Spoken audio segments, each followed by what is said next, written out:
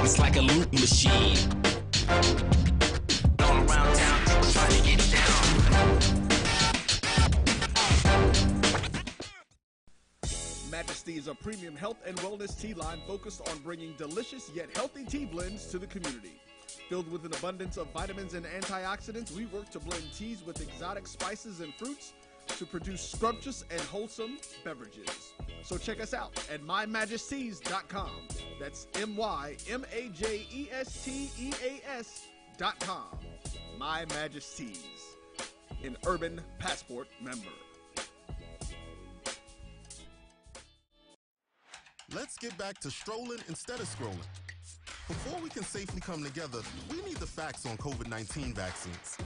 Visit getvaccineanswers.org so you can make an informed decision for yourself and for your family. If you think all pads are exactly the same, think again. This is Always Ultra Thins reinvented with the Always Triple Protection System. This pad wicks gushes 90% faster, absorbs even more so you can feel dry, and locks odors in. Rethink your pad for up to 100% leak-free and odor-free comfort with the totally reinvented Always Ultra Thins. This is always like never before.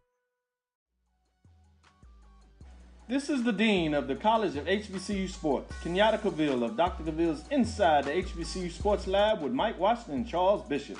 Come mix it up in the lab where the course lecture is in session every Tuesday from 6 o'clock p.m. Central Standard Time on Facebook Live, YouTube Spreaker, or the BCSN app, as we discuss all things about the HBCU sports culture, including exploring the week that was in the sporting HBCU diaspora, as well as the upcoming week of HBCU sports. With me, the Dean, the College of HBCU Sports, on Dr. Cavill's Inside the HBCU Sports Lab with Mike Washington and Charles Bishop. Course lecture dismissed. It's been difficult because I hadn't been able to see my grandchildren. An expression on someone's face when you do something nice for them. I miss all my friends in school. Visit getvaccineanswers.org so you can make an informed decision about COVID-19 vaccine. The Sweet and Smoky Salmon Rub infuses smoked black pepper with dehydrated maple syrup, pink Himalayan salt, ginger, thyme, mustard, and more to make a sweet, savory rub, perfect for salmon, trout, and other delicate seafood. The Cuvée Group is a Florida-based things to the next level. Contact us to schedule a free consultation. Issues today, don't delay, call Cuvée.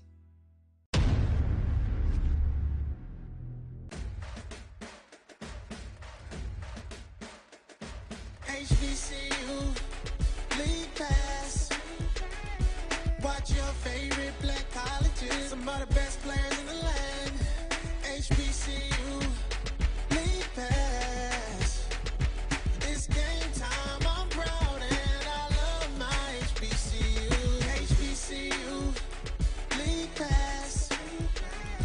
Watch your favorite black colleges. Some of the best players in the land. HBCU League Pass. It's game time. I'm proud and I love my HBCU. Some carriers will give you just one measly entertainment subscription. One is no fun. With Verizon, there's up to 7 entertainment subscriptions with your unlimited plan. That's 7 times the... 7 times the... No. 7 times the... Music, gaming, Disney Plus, Hulu, ESPN Plus, and more. That's 7 times the entertainment! Because everyone deserves better. And with plans starting at just $35, better costs less than you think. This is Brian Fulford. AD Drew and I are co-hosts of the BCSN Sports Wrap. We talk about all things related to HBCU athletics. From the games, teams, coaches, and fan interest stories, we cover it all. You can find our shows on Facebook at BCSN Sports Wrap, YouTube at MyJBN Online, and everywhere you listen to podcasts like Anchor, Spotify, Google, and Apple Podcasts. You can also find the show on the Jericho Broadcast Network's app. Make sure to download. We look forward to you joining the conversation and being a part of the show.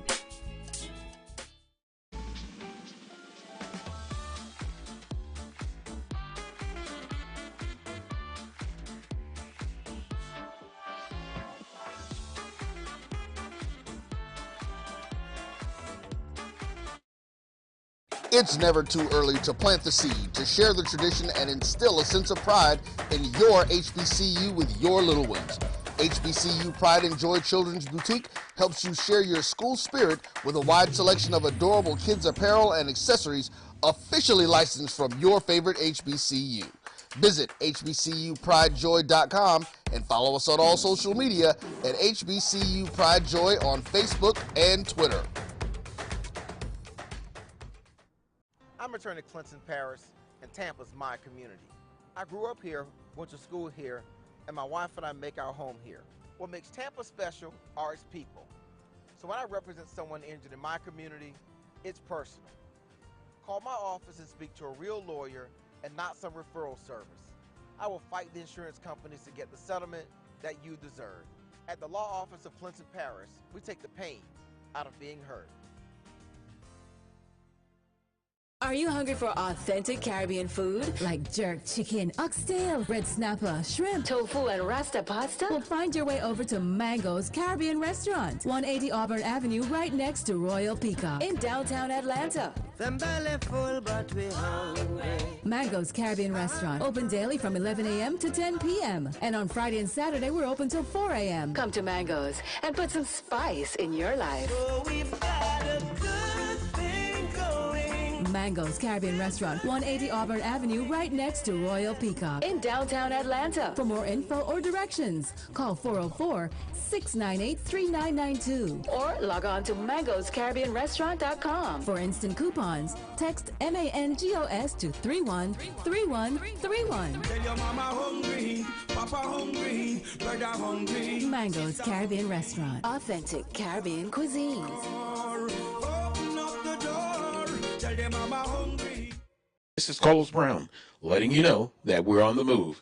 You can now catch the Carlos Brown Show beginning this July on the Black College Sports Network each and every Saturday from 11 to 1 Eastern Time. That's 10 to 12 Central Time. Same time, new place. On Facebook at the Carlos Brown Show and Black College Sports Network.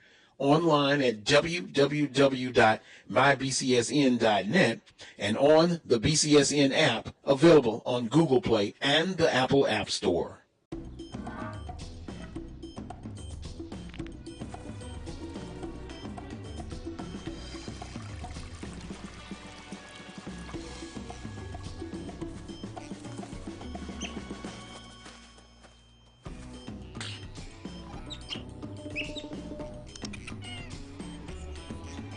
For 5-star backyards, Yellowwood brand pressure-treated pine. If it doesn't have this yellow tag, you don't want it. Now, you can't live in Texas and not have a good red meat blend. Texas Cowboy Dust is designed for steak and other red meats. It's out to be my most popular spice blend, made with onions, peppers, ground mushrooms, pink salt, and other spices. Texas Cowboy Dust also goes great with chicken, pork, vegetables, and adds a restaurant-quality sheen to gravies and sauces.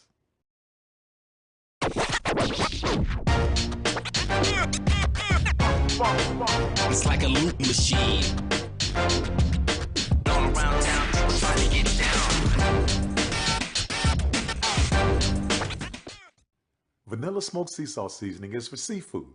The tarragon and fennel bring out the natural sweetness in seafood. I also use it in rice dishes, on yams, asparagus, blueberry pancakes, and believe it or not, chocolate chip cookies. Vanilla smoked sea salt adds a salty and savory component to sweet dishes that create a symphony for the tongue. You see, Head & Shoulders has scalp shield technology, protects against flakes even between washes. It's never not working. Kind of like us. Number 15? Never not working. I don't like this one. Me neither. Let's get out of here. Head & Shoulders Scalp Shield, never not working. We are making the virtual HBCU experience available wherever you live through Stillman Online. We offer online degrees in business, criminal justice, psychology, and religion. Stillman also offers technology badges in cybersecurity and data analytics. You can participate in all student activities, fraternities and sororities, internships, graduation ceremonies, and much more. Apply for admission today at stillman.edu. Stillman College, where we prepare you for a different world.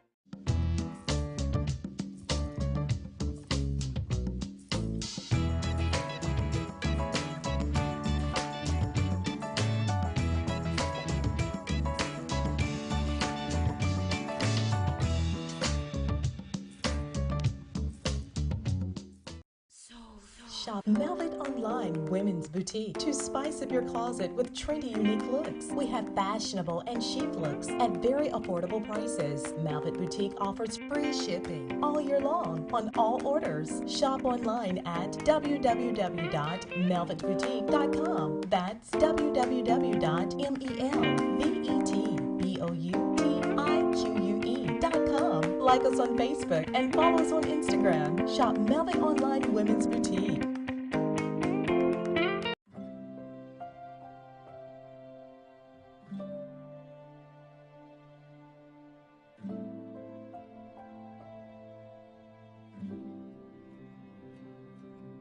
Whether it's advice on managing your anxiety or tools to help you stay grounded, Oct.19 provides a range of resources and self-care tips to help you cope with this pandemic. We can help. Find the resources that work best for you at coping-19.org. Bounty versus the old family dish towel. Drying with a fresh sheet of Bounty leaves your hands cleaner than a used dish towel that can carry and redistribute food residue. So ditch the dish towel for better hand hygiene. Bounty, the quicker picker-upper. One bite of 100% Angus beef ballpark frank, and you'll say,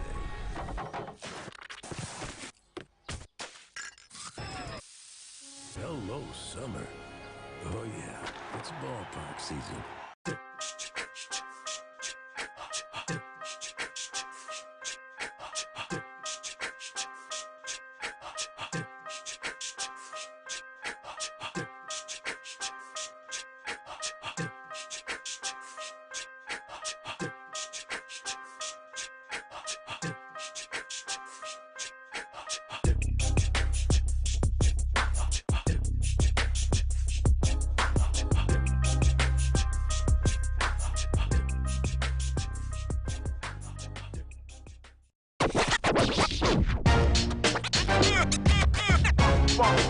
It's like a loot machine. All around town, people trying to get down. Majesty is a premium health and wellness tea line focused on bringing delicious yet healthy tea blends to the community. Filled with an abundance of vitamins and antioxidants, we work to blend teas with exotic spices and fruits to produce scrumptious and wholesome beverages. So check us out at mymajesties.com. That's MyMajesties.com. My Majesties, an Urban Passport member. Let's get back to strolling instead of scrolling. Before we can safely come together, we need the facts on COVID-19 vaccines. Visit GetVaccineAnswers.org so you can make an informed decision for yourself and for your family. If you think all pads are exactly the same, think again. This is Always Ultra Thins reinvented with the Always Triple Protection System. This pad wicks gushes 90% faster, absorbs even more so you can feel dry, and locks odors in. Rethink your pad for up to 100% leak-free and odor-free comfort with the totally reinvented Always Ultra Thins.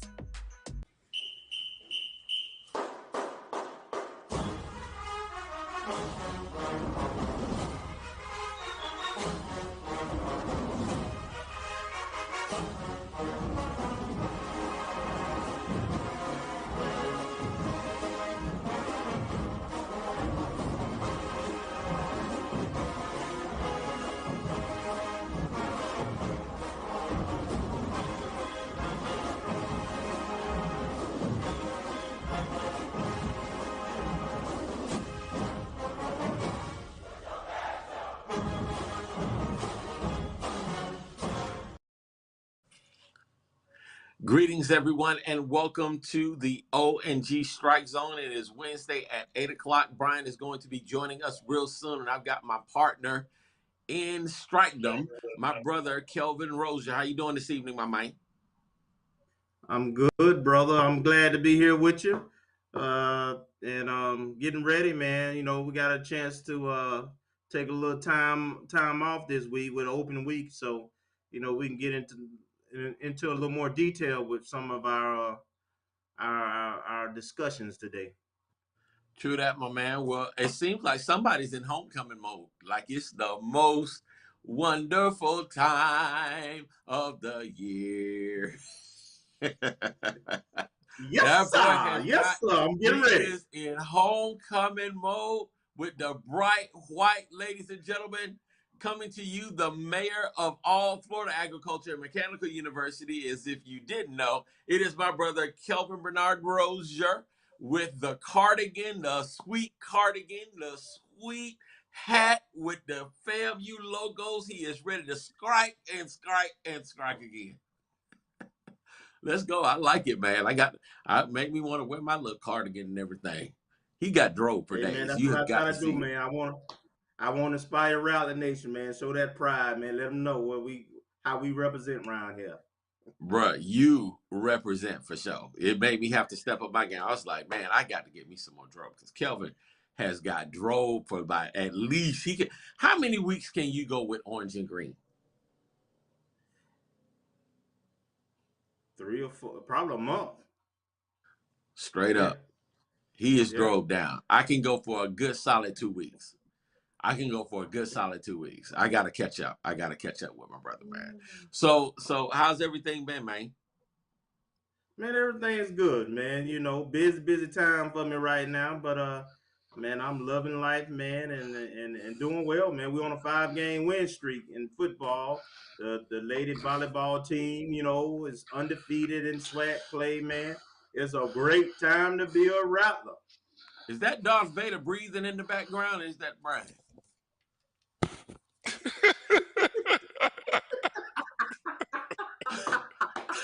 All I heard was all this heavy breathing. I am your father. Like I was like, you hear that, bro? Use the force, Kofi.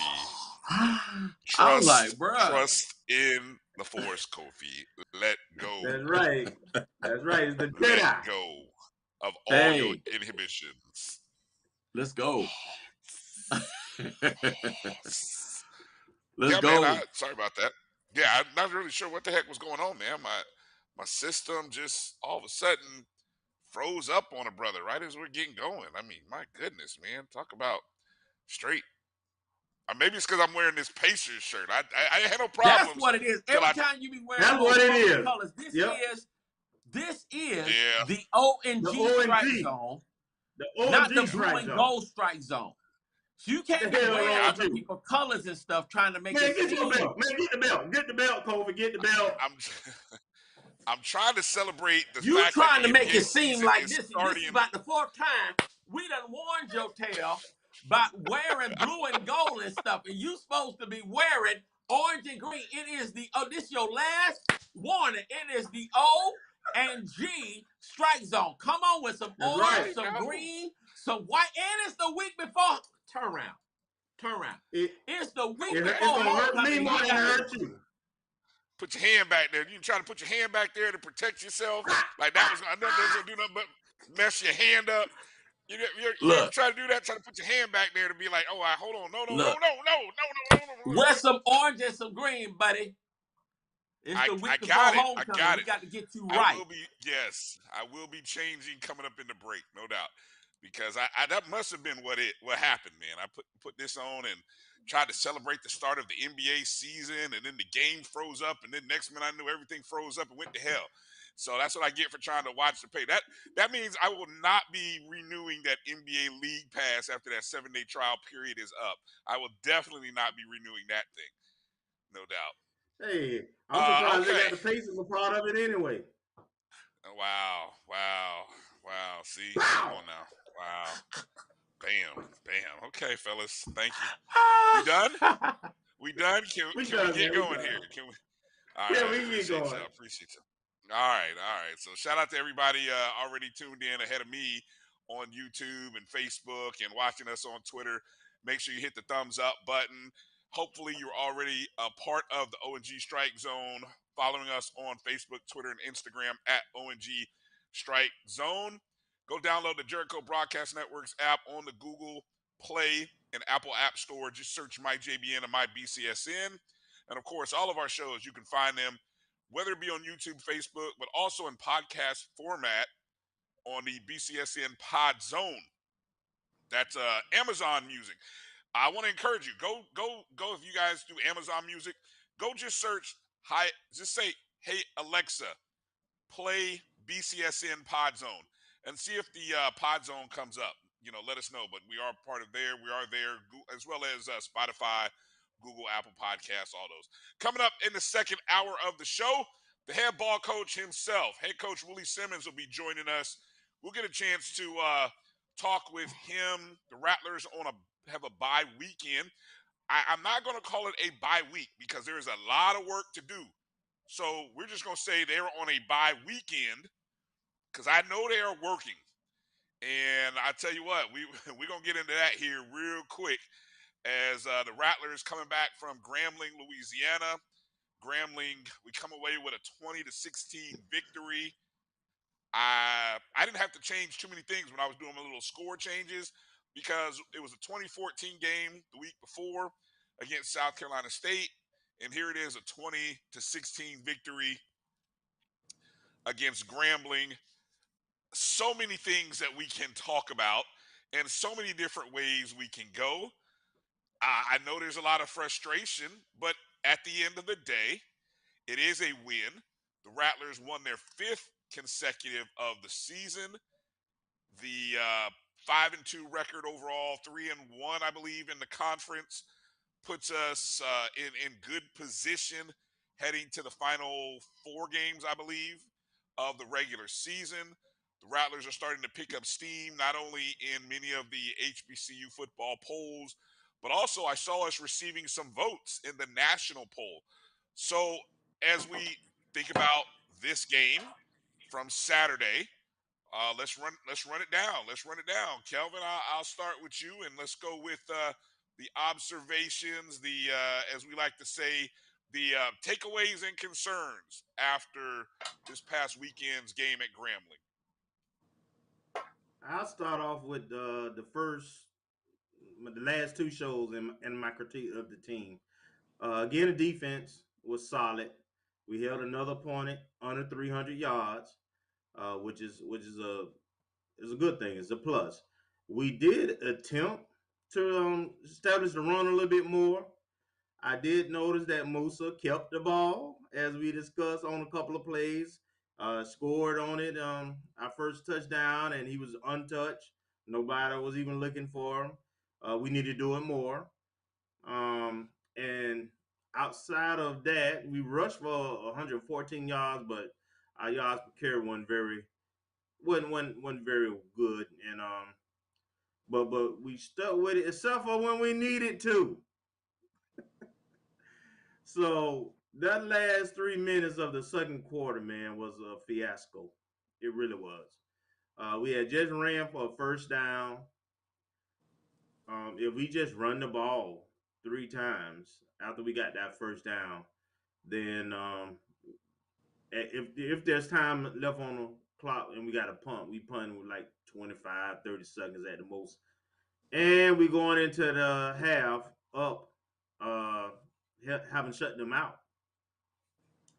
But of course, we got that first down and proceeded to throw the ball 3 times, and a couple of incompletions later, they got the ball with a minute and 45 seconds or so left.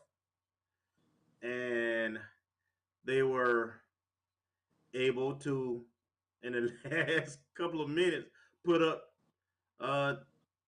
multiple points, right? So we had the punt where they what was that? The punt? Yeah, it was a punt where they returned for a touchdown. Then they kicked the ball off, and we didn't get to the ball. They recovered it and was able to score again. Up until that point, total domination. you got to put that squarely on the coaching. We're not gonna shy away from that talk. So now we're in a dogfight. We come back and have a pretty good opening drive in the second half, and we still didn't create the separation we needed. And oh man, those flags, man, the penalties, man. We have been pretty decent most of the year, but this game was not a clean game at all, man. We almost had 200 yards of penalties, and unlike the South Carolina State game, I can't say most of them were bad calls. There were a couple of them that didn't need to be called for sure. But at least they were consistent, man. They were calling everything and anything close. And most of our penalties were of the 10 and 15-yard variety, and that kept them in the game and kept us from being more productive. And therefore, we get to the fourth quarter, and we're not executing, and they get a chance to win the game. And they actually drive the ball down, and they actually threw a touchdown. Now, that particular play, they have been calling penalties on us all games that were less egregious than that particular call. We had three pass interference ourselves, so they took a touchdown away from us in the first half. So it was a legitimate call. I mean, the guy did push off.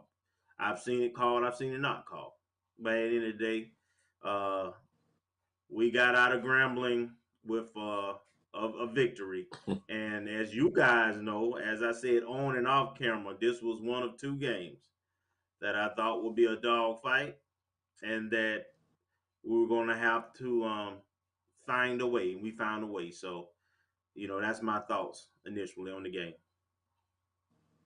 Yeah, go ahead, Kofi, with your thoughts.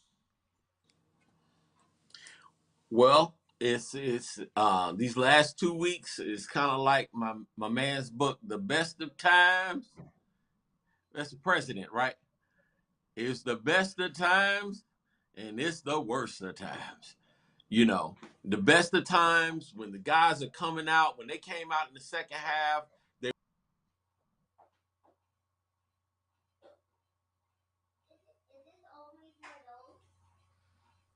Did we lose?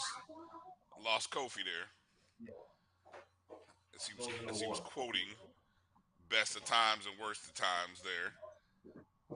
Give him a second to pick himself back up. So one of the things that, as I was just looking at that last drive, was that last drive by Grambling was a 14-play drive. Checky. You back? Is he back? Yeah. He's back. All right. Go ahead. I'm Go back. ahead. We're just very inconsistent.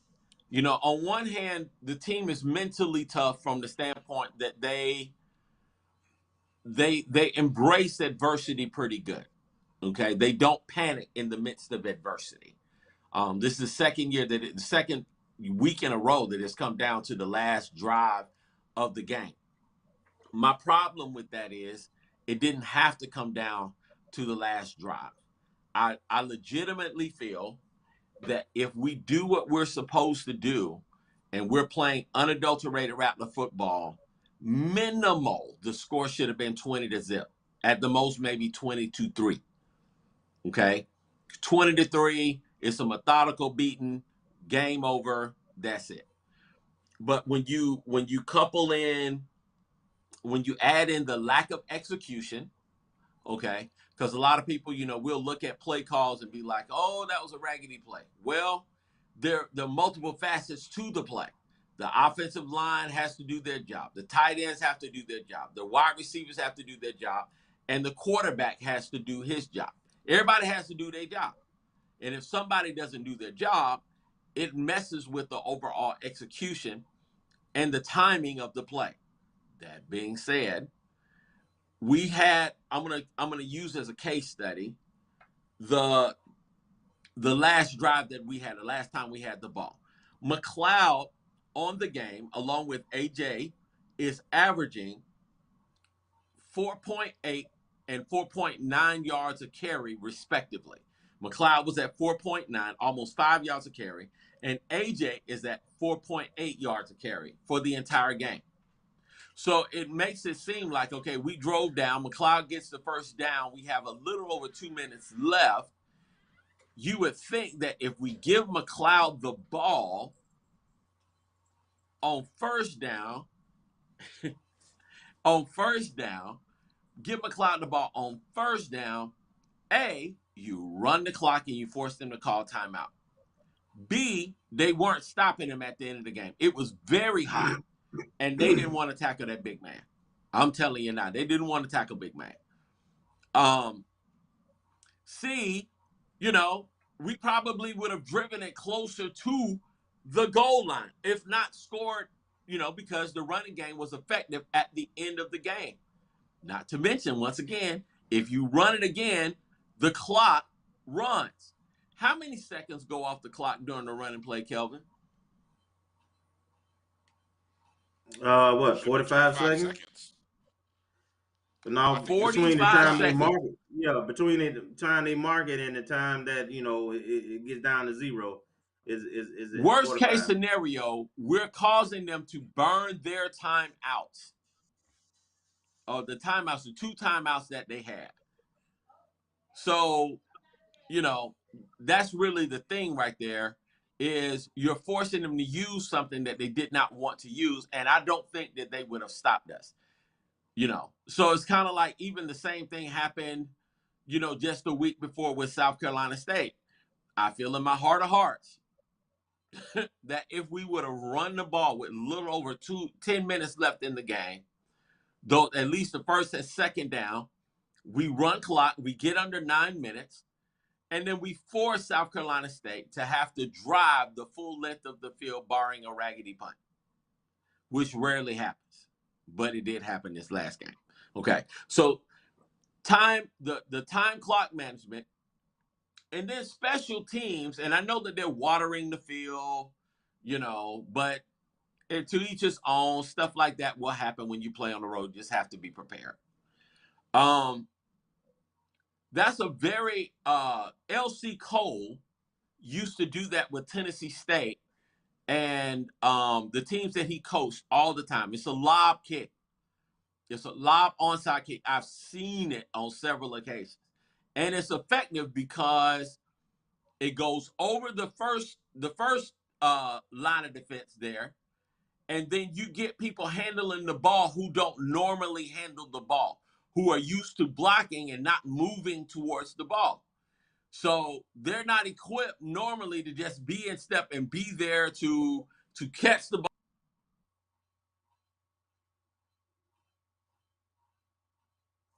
That's nice. Yeah, he was.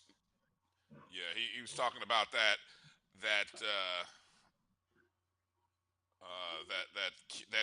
kicking level of being able to kick the ball into sort of a dead zone. I'd call it a dead zone where you have guys that aren't prepared for it. You know what? I watched that play a couple times, Kelvin, and I don't know if they just caught us off guard as much as it was just a good kick. I mean, and a good kick, and it just took a fortunate bounce for them. It shouldn't happen though, Brian. Can you hear me? You practice those things, and Kobe, you back. I'm just say one thing and let you have it again. About the wet field. So my understanding is that they have a little bit different surface than our surface. Instead of having the rubber pallets, they have the wood pallets, which will hold water differently and will make traction different. And it was obvious, man, that it impacted the game, man.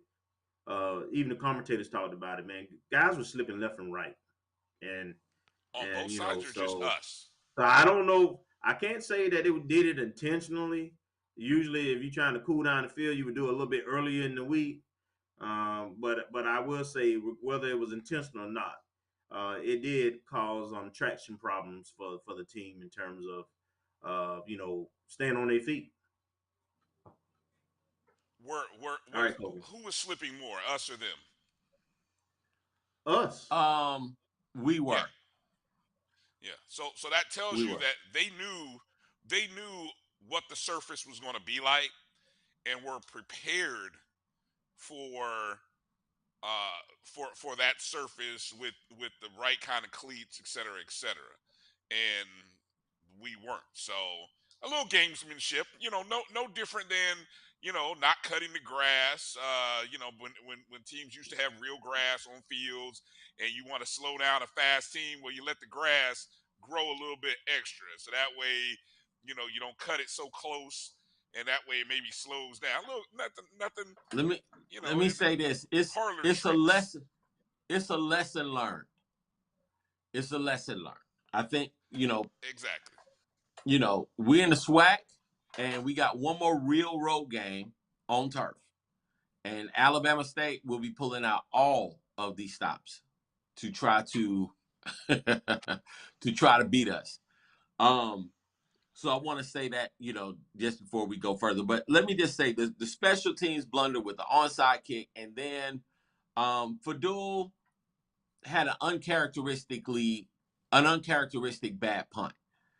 And, to the returner's credit, he took it on the fly and exploded and hit the gap, and the rest is history. Normally Fadul hits the punts. He is flawless in that area, but that was one time that it was like, dang, bro, like that really put a damper on things. But to our credit, we responded with a drive. Drove right back down the field, got in position, kicked the field goal, made them have to score a touchdown to beat us, which turned out to be the difference in the game. But, again, me personally, just more discipline emotionally in the game, understanding the moment, understanding what's going on, and not going for the person's head. I know we want to knock them out, but,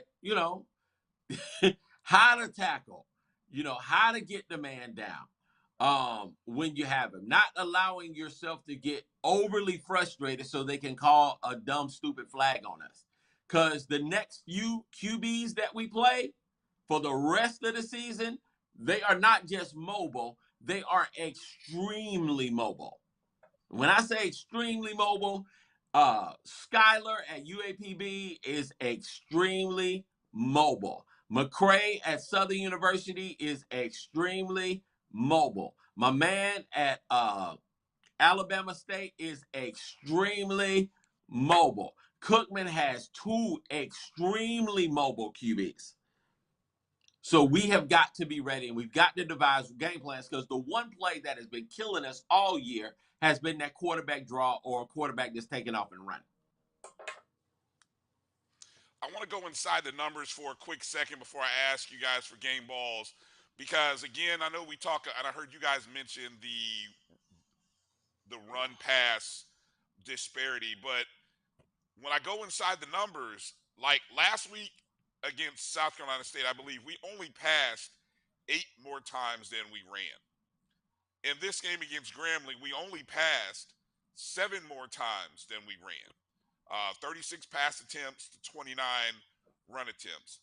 And so I think instead of us or maybe analyzing and being frustrated with the lack of run versus pass, it might be more of a case of looking at the drive charts and saying, when are we running versus when are we passing? Because that's about a 55-45 percentage. I'm just roughly guesstimating here. Maybe 60-40 pass run. Okay? So that's 2 weeks in a row. So, yeah, McLeod, 12 attempts, 57 net yards. A.J. Davis had 39 net yards. And those were the 2 main backs that ran 20 of the 29 attempts. So I think what we all probably are wanting to see is a change up in the actual timing and the selection of run versus pass. And I think that's kind of what you were talking about, Kofi. Well, in that particular drive. My thing is like all year, the only two-back sets that I've seen our team run is when we've had Cherie in the backfield. He's a quick stir. He is explosive, but the plays that we've used him, we haven't necessarily used him like we've used like a Bishop Bonnet. He's just been in the backfield, and that's the only two-back set that we've basically had. I just feel like a little bit more diversity within the run game would help. You know, we haven't shown a two-back set all year, let alone a three-back set. I saw who is that? I saw with that. Anyway, I saw a team that was running. I want to say a diamond formation with the quarterback, and then you had three running backs behind him. So it was like a diamond formation, but they were able to run multiple running plays out of that set. You know, and at least your defense, the defense that you have or the defense that you're facing has to make some kind of adjustment based off the formation and stuff that you run. It just looks just kind of predictable when we have that one person back there. It's just like, it looks like, you know, we run blitz, then what? Just this particular game, McLeod was very effective against Grambling last year as he was effective against Grambling this year. So it'll be interesting to see what we got to do. Hopefully we can get everybody healthy. Jennings did not play this game. And that's another thing, you know, just even without the number of people that we had, we were without Eric Horn, we were without General Hunt, we were without Isaiah Land. We had a couple of wide receivers that were down, a couple of linemen that were down during the game, and injuries happen, but this team has proven to be pretty resilient throughout everything that they've had to go through and everything that they've had to face.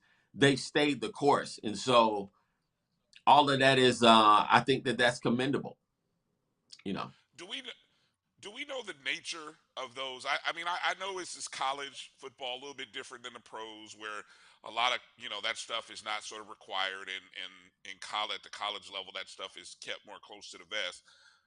But I wasn't expecting us to be without so many starters. I mean, I did not hear at any point in time going into that game that we were missing the number of starters. I mean, yes, we knew Isaiah Land had a injury or was nursing an injury off the South Carolina State game. That was really the only one that I knew of going into the game. But then you say we had almost 8 starters that didn't play. I mean, that's telling. I mean, so any thoughts on that real quick before I go to another kind of a numbers thing? Did you guys... Well, I think, you know, this team, especially on defense, in particular with that defensive backfield, we're pretty deep. Our linebackers have pretty decent depth. Our wide receivers are deep. Running backs is getting kind of, you know what I'm saying? It's getting kind of thin back there, but hopefully with this bye week, we can get everybody healthy. And, you know, up front on the offensive line, hopefully getting people up to speed and healthy, and really, more importantly, coming off the ball, sticking your blocks, you know, maintaining your block throughout the play, keeping the feet moving, driving people off the ball. All of that is really key, especially going down the stretch, because all year long, have we had a running play of over 20 yards?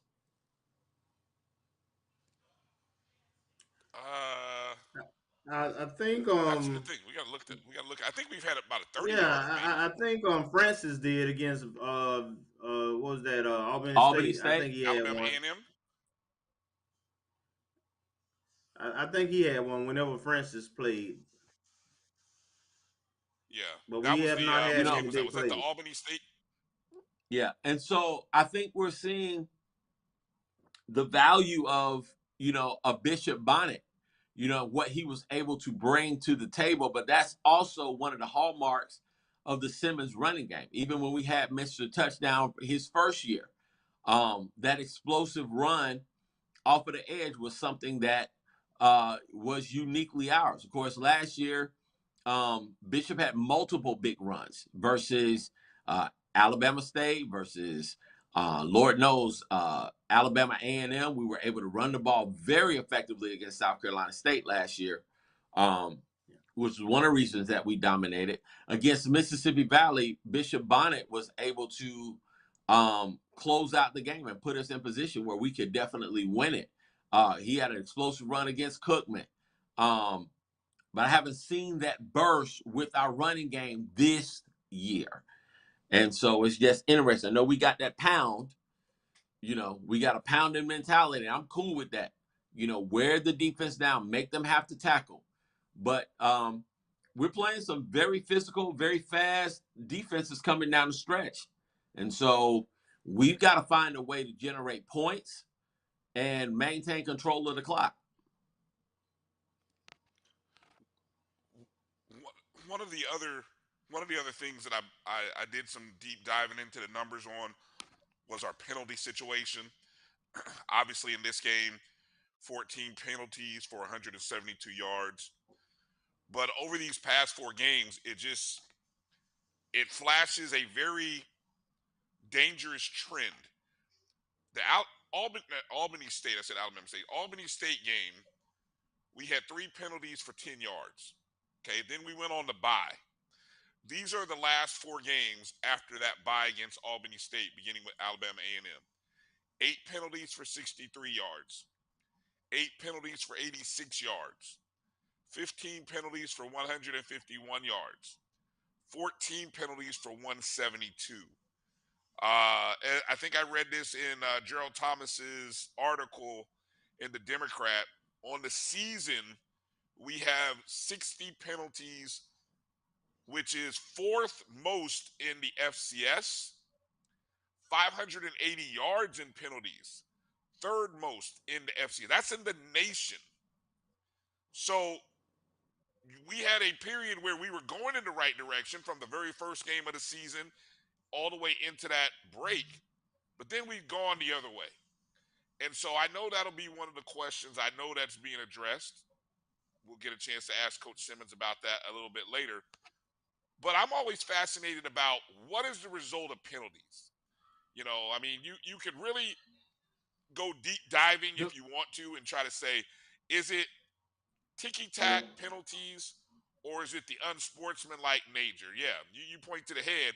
We had 4 of those unsportsmanlike penalties in that game. It's the same thing. It's a carryover even from last year.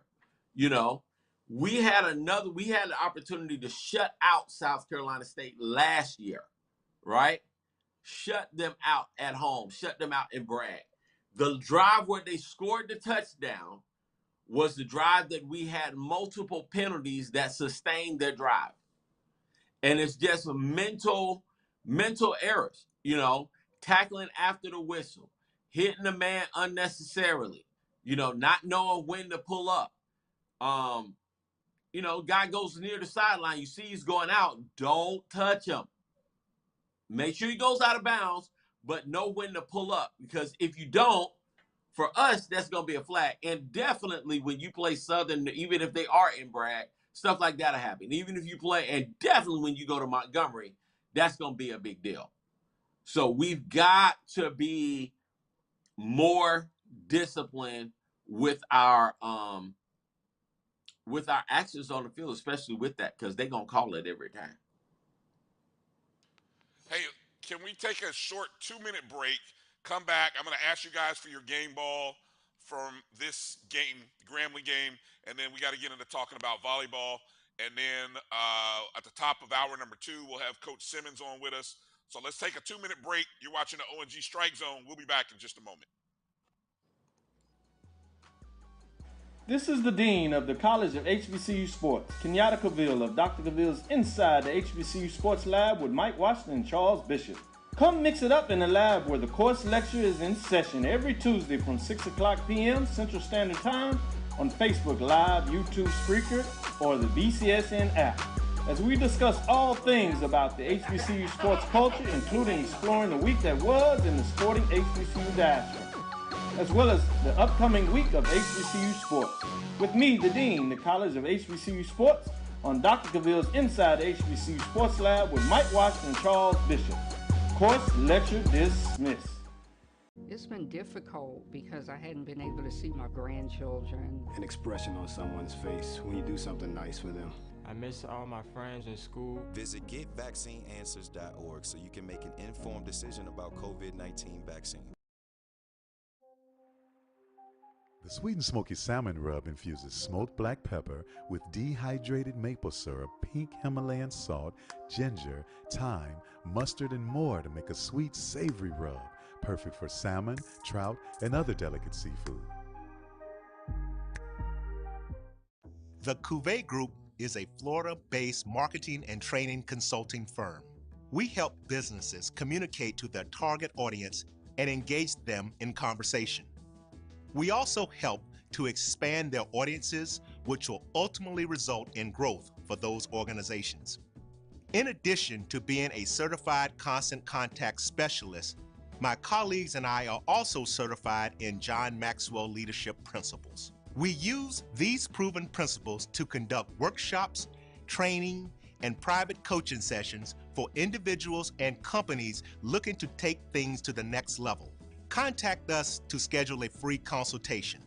Issues today, don't delay, call Cuvée.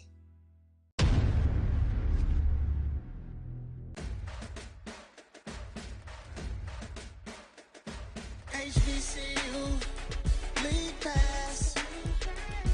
Watch your favorite black colleges. Some of the best players in the land. HBCU League Pass. It's game time. I'm proud and I love my HBCU. HBCU League Pass. Watch your favorite black colleges. Some of the best players in the land. HBCU League Pass. It's game time. I'm proud and I love my HBCU.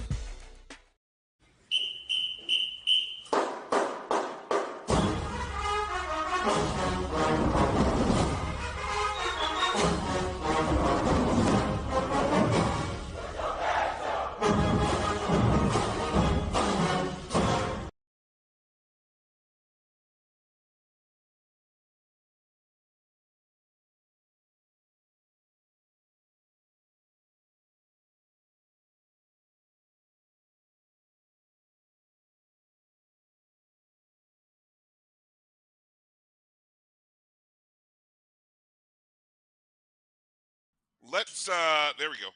Okay, going let's go game balls. Game balls from this game against Grambling, 5th consecutive win. Kelvin, who's your game ball going to? I'm going with Jamari. I mean, he had 106 yards receiving on 8 catches. He was pretty productive. So yeah, let's go with him. Okay, Kofi, who's your game ball going to? That was mine, hands down. I want to give my man, the Bowler brothers coming in. I mean, they were cramping up at the end of the game. They were just hobbled like a mug. For them to just even want to be out there speaks to their heart. And I want to say, my man Griffey, low key, on special teams has been having a really, really, really strong year as a gunner. He is doing the thing, and he is one of the reasons why we're able to pin people deep consistently. His speed, his quickness, and his willingness to do that speaks volumes, and so I want to give him a shout out as well. But hands down, Jamarie and Xavier Smith has been extremely consistent.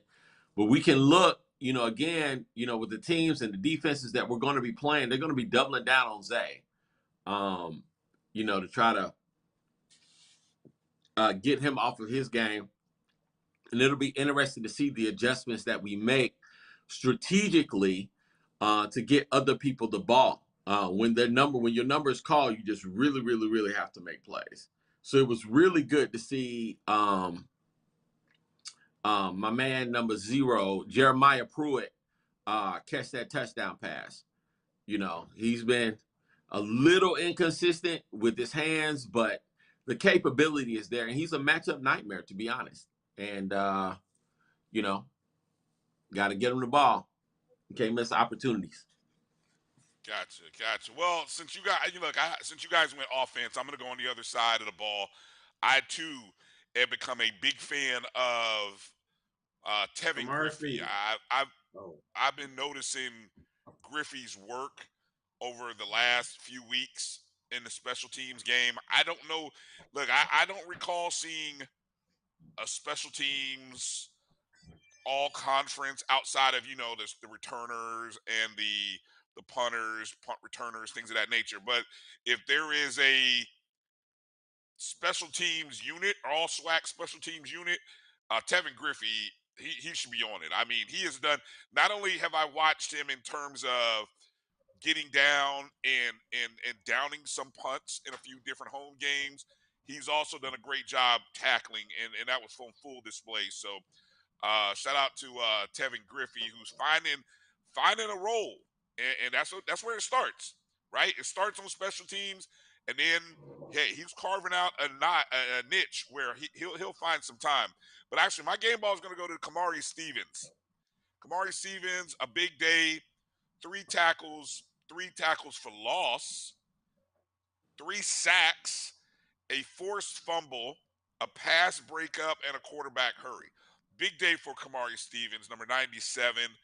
A big day for him. So the big fella up front. And I think we've got 2 of the best interior linemen in the SWAC, in Stevens and Hunt.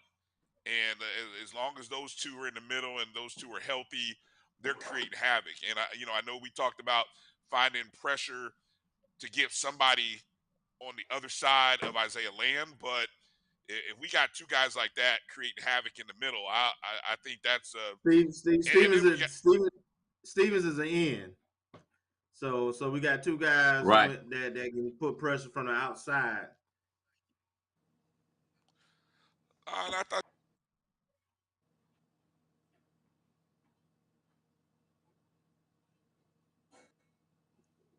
Hey man, you lip syncing.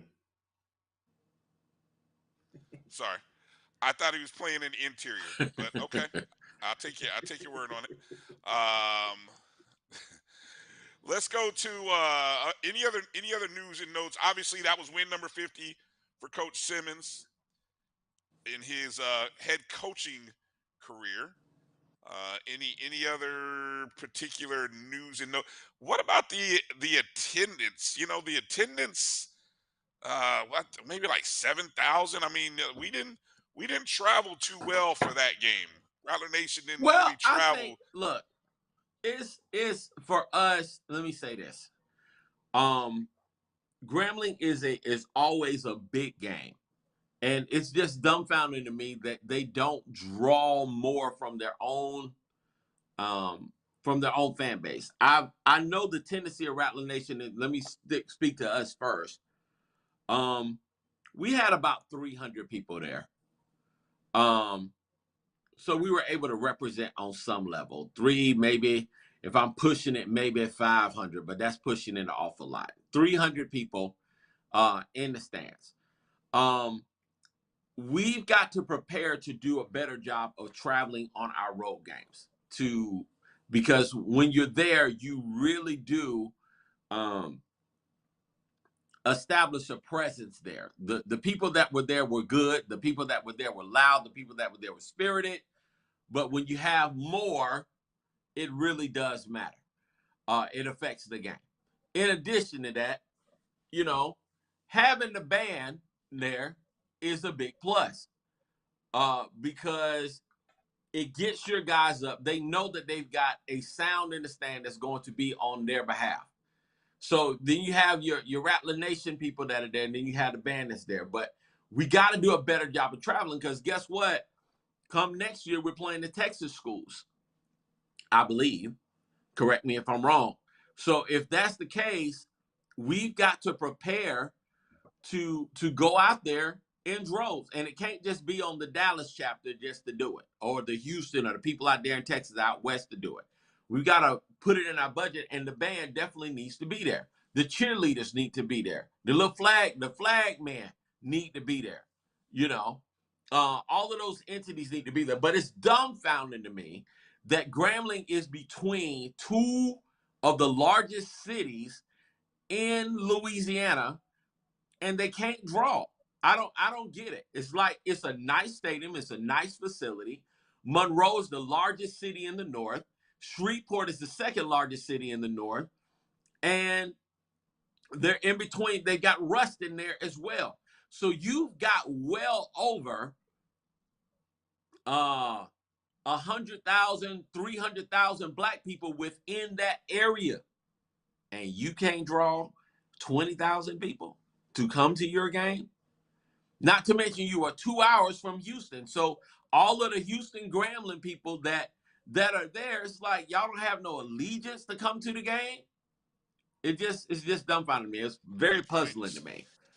You know, that being said, it's not my problem. I don't live in Grambling. I'm not a Grambling fan like that, but I do think that they could I do think they could do better with their attendance. Yeah. You know, I just really do. I hear that 100 thing with Atlanta. I think that that's great that they had that opportunity. And I think that that's there, but the president, the university, everybody involved needs to put it in the budget to create something where our band is going to be there on the road. I mean, it's a chief ambassador. Find a way to get it done. But the good thing is we do have a solution in place. You'll be hearing about it later on this week. And we're ready to go ahead and get started so that the 100 going forward will be at all of the SWAC games. I do want to talk about that you just mentioned, but we'll do that a little bit later in the show. Let's transition real quick to volleyball while we've got some time here before we got Coach coming up. And let me make mention of, so, you know, we're on an incredible streak right now with our volleyball team, our volleyball program, going out to, we did the Mississippi trip, Jackson State and Mississippi Valley State, two of the Mississippi schools in our Eastern Division. Of course, Jackson State is a rematch of the championship game where we defeated them 3-2. And also, that was the first team that we played in the SWAC last year. And so as good of a non-conference season we had, we were feeling real good about ourselves. They came in, they kind of smacked us a little bit the last time we went to Jackson. So it was good to see the ladies get a 3-1 victory, despite the fact that I know we dropped the first set like 26-24, but we responded well and won the next three sets, 25-15, 25-21, 25-19. Dominique Washington, 17 kills. I think I read 13 digs as well, 2 blocks, 2 aces. Aja Jones had 14 kills and a block up front. Brooklyn Watts had 13 kills, 13 digs as well. Then we traveled over to Mississippi Valley State, swept them 3-0.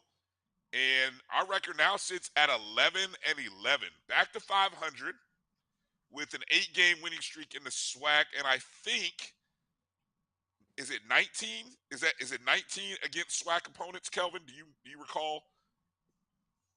Yeah, I mean, I think that was the number. Yeah, 19 in a row. So It's a good run. It's a good run right now. I think I was looking at the standings in my notebook here. We're sitting at 8-0. Right behind us, Grambling State is 6-1 in conference play. Alabama State is 6-1. Of course, their only loss in conference play is to us. And then Jackson State is 6-2 in conference play. So that's sort of how the top four look. And I think everybody else after that is below 500 in the conference. So this weekend, this Friday, we got Bethune-Cookman at home. So hopefully we can get a good crowd. We have not, surprisingly, we are 0-4 at home. So the ladies really need your support, Rattler Nation, so that we can get the first home win of the year. We've actually played more games away from Tallahassee than at home thus far. SWAC honors just came out today. A couple of Rattlers. We're back on that list. Iramu Carr, setter of the week. Key assist in the for Rattlers hitters, a total of 71 assists in a 2-match span. As we won our 20th consecutive match, so that's we're up to 20 now, Kelvin. 20. She recorded 49 of her 71 assists in the game against Jackson State. She leads the league in total assists at 539. Newcomer of the week, Brooke Lynn Watts, contributed to the Rattlers offense and defense. She had 18 kills, 17 digs, 2 blocks, an assist, and an ace. In addition, she contributed 20 and a half points to help us claim that 20th consecutive victory. Watts is currently ranked 5th in the league in points at 239. And just to kind of let folks know hey, where are we statistically? I mean, it'll be interesting to see. We swept the awards last year, did we not? Yes. Yeah, it'll be interesting to see who sweeps what, because we got a couple young ladies doing some outstanding things. I mean, I think Iram's going to win in terms of setter of the year again. I think that's without a doubt. But we've also got Aja Jones is leading the conference in hit percentage at .371. In terms of kills, Dominique is sitting at number 2 in the conference, averaging 3.55. And then sitting in 5th is Brooklyn Watts. So Brooklyn and Dominique, two outside hitters sitting right there in the mix. Diggs, Brooke Hudson. We talk about that Defensive Player Award. Brooke Hudson averaging 4.36 digs per set. And then when it comes to points, Dominique is 3rd in terms of points. So it'll be interesting to see if Dominique repeats sort of as Player of the Year, so on and so forth. But I feel really confident. Feels really good that FAMU might take away a few of these statistical numbers. What's the time on that game against BCU on Friday, guys?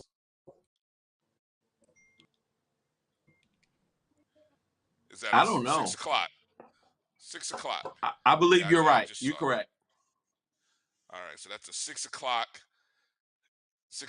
match. Any other talking points that you guys want to hit on regarding volleyball?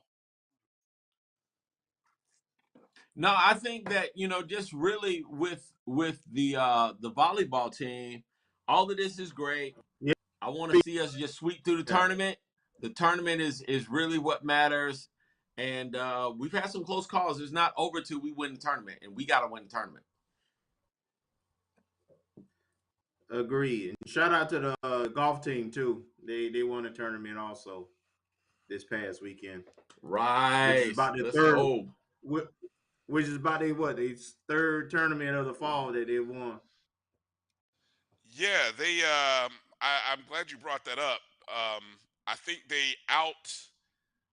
they finished 1 under in that tournament, but I think they outshot the next closest opponent by like 26 or 28 shots. I think that's the headline that I saw. Real quick, we'll go to that. Well, I can't pull that up real quick. We'll try to mention that. I don't have it. I didn't pull that up, unfortunately. Shame on me. But yeah, that's another good win for golf. I see Hollow talking about broadcasting the volleyball game. Man, I would love for us to see whether that volleyball game is going to be broadcast. Maybe we can send a text to somebody and see if that's going to happen or not. So And I want to do this. we've got to do a Go better. ahead. Our sports, just really with the marketing aspect.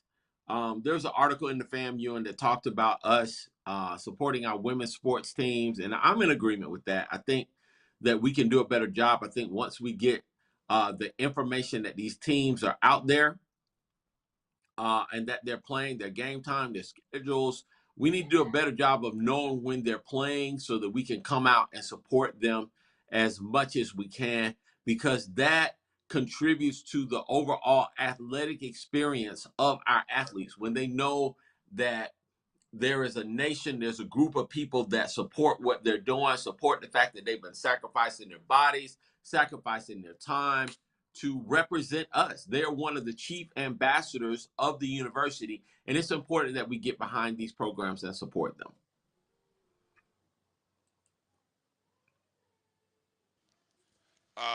I'm looking at,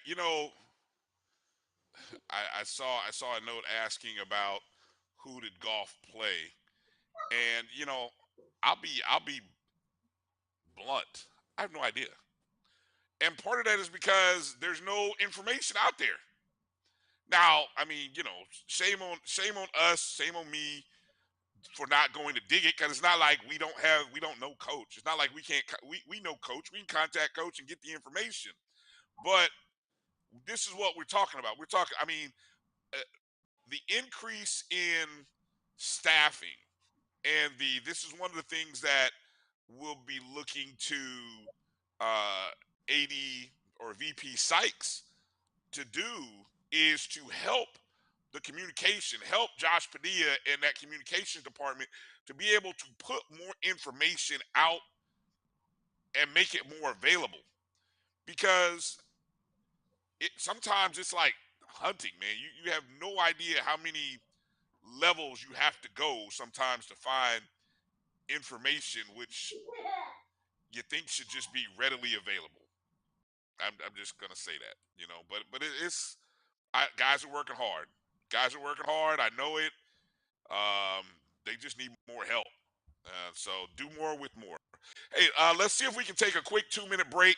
Hopefully we got Coach Simmons ready on the other side. If not, we got a couple other things we can get into until Coach gets here. So you're watching the ONG Strike, so we'll be back in just a minute. Some carriers will give you just one measly entertainment subscription.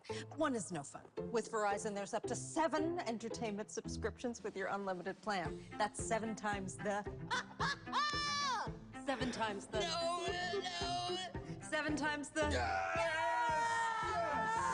Music, gaming, Disney Plus, Hulu, ESPN Plus, and more. That's 7 times the entertainment. Because everyone deserves better. And with plans starting at just $35, better costs less than you think. This is Brian Fulford. AD Drew and I are co-hosts of the BCSN Sports Wrap. We talk about all things related to HBCU athletics. From the games, teams, coaches, and fan interest stories, we cover it all. You can find our shows on Facebook at BCSN Sports Wrap, YouTube at MyJBN Online, and everywhere you listen to podcasts like Anchor, Spotify, Google, and Apple Podcasts. You can also find the show on the Jericho Broadcast Network's app. Make sure to download. We look forward to you joining the conversation and being a part of the show.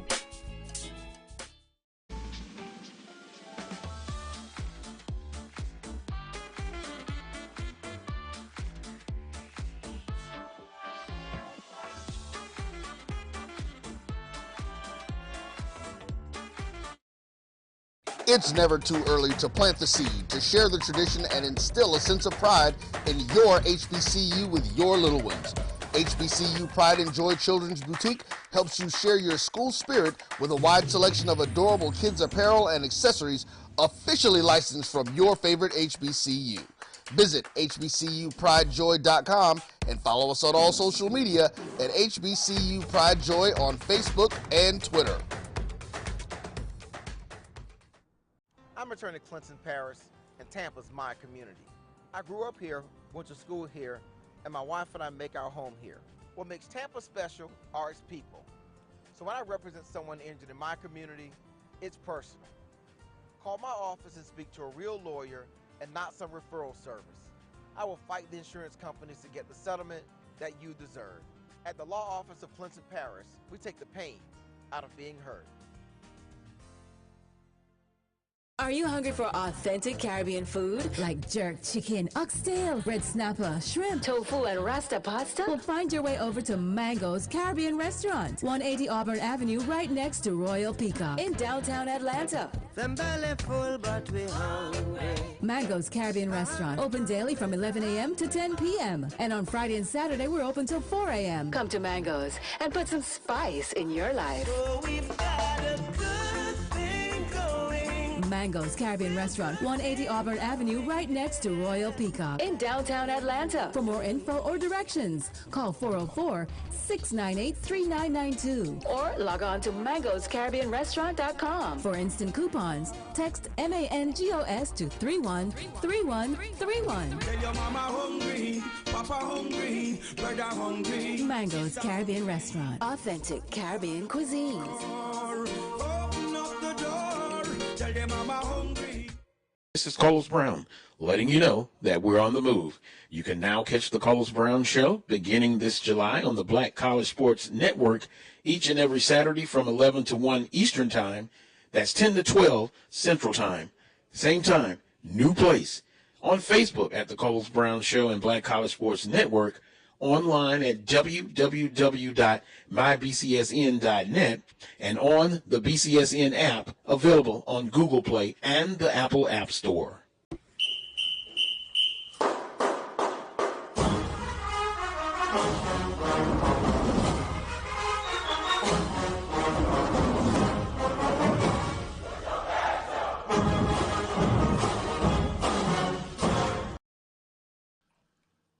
All right, welcome back to the O&G Strike Zone. Brian, Kelvin, and Kofi here. I did want to, as we're waiting on Coach Simmons to get in, obviously very busy man, so we're kind of on his schedule, kind of waiting on him. I did want to take a second and spend what little bit of time we have and maybe kind of hit through some of the folks that are on YouTube that are asking some really good questions. But before I get to all of you great folks there, I wanted to come back and circle back to something we talked about in the last segment regarding the 100. Many of you saw the article or the headline that stated a commitment from Dr. Robinson to commit more resources to the marching 100. So we go to Kofi and try to get a little more insight into what that looks like or what he's hearing that may look like. Well, that's interesting word, but basically all of this came to a head during the University of North Carolina game, of course, where our football team and APR and all that stuff was already in our face. So that opened the door for a lot more scrutiny. So this began with a lot of our band students communicating that, hey, you think the football team is getting treated bad. We don't get half of that. And then they had pictures with them eating on the side of the road, sitting on the curb, all of that stuff. And it just was a bad look for the university. And the fact that this is, quote unquote, America's band. So to go on that trip, even with an overnight stay over 9 hours, you're still supposed to be able to provide the band 3 hot meals a day. And, just in this day and age, a box lunch like that for what the band brings to the table is just unacceptable. They could have done better than that. And I think that that's what President Robinson is. I know that they're getting an extra night down in Orlando for the Florida Classic, which is something that they have not done ×2. But in addition to that, let me just explain that just after the game, the band basically went down to, after the Florida Classic, they would go down to Jones High School and change in the bathrooms at Jones, which may be clean, no shade on Jones, or may not be clean. May be spotless, may not be spotless. No shade on Jones, but when you go into a high school bathroom, that's what you expect. So, just really with that, that's not the way that you give your kids a world-class experience. And so I think President Robinson took ownership of that and said that we can do better, and they desire to do better, and that's a start. We had talked with them about going to additional games and stuff like that, and that's great. But I want to say that Rattler Nation, we've got an opportunity to support the band as well. And so another good thing that's coming down the pike is that we started an organization called 8 to 5 Incorporated, which is going to be a direct support organization for the Marching 100. And we're going to help to do whatever we can to provide additional resources for the band.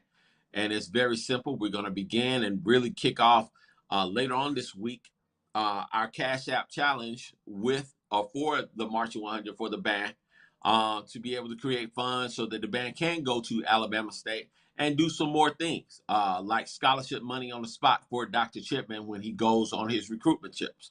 He has to go through so much red tape just to hand out a scholarship to somebody that wants to come to your school, and it takes all that time. By the time he goes through all of the red tape, you've got Southern, you've got Tennessee State, you got Jackson State, you got Bethune-Cookman, you've got a number of different schools that are making it a whole lot easier and offering more money in many cases for these recruits to go to their schools. So we want to make it easier for Dr. Chipman to be able to have access to funds that the band needs to maintain its status as America's band, but then also go to the next level as America's band so that they can, set the next level of trends, continue to be innovative, continue to be trendsetters, continue to be great, and be able to sustain it. So for those of you that are on the line on tonight, you want to get a head start on this homecoming challenge, the Cash App is #825INC.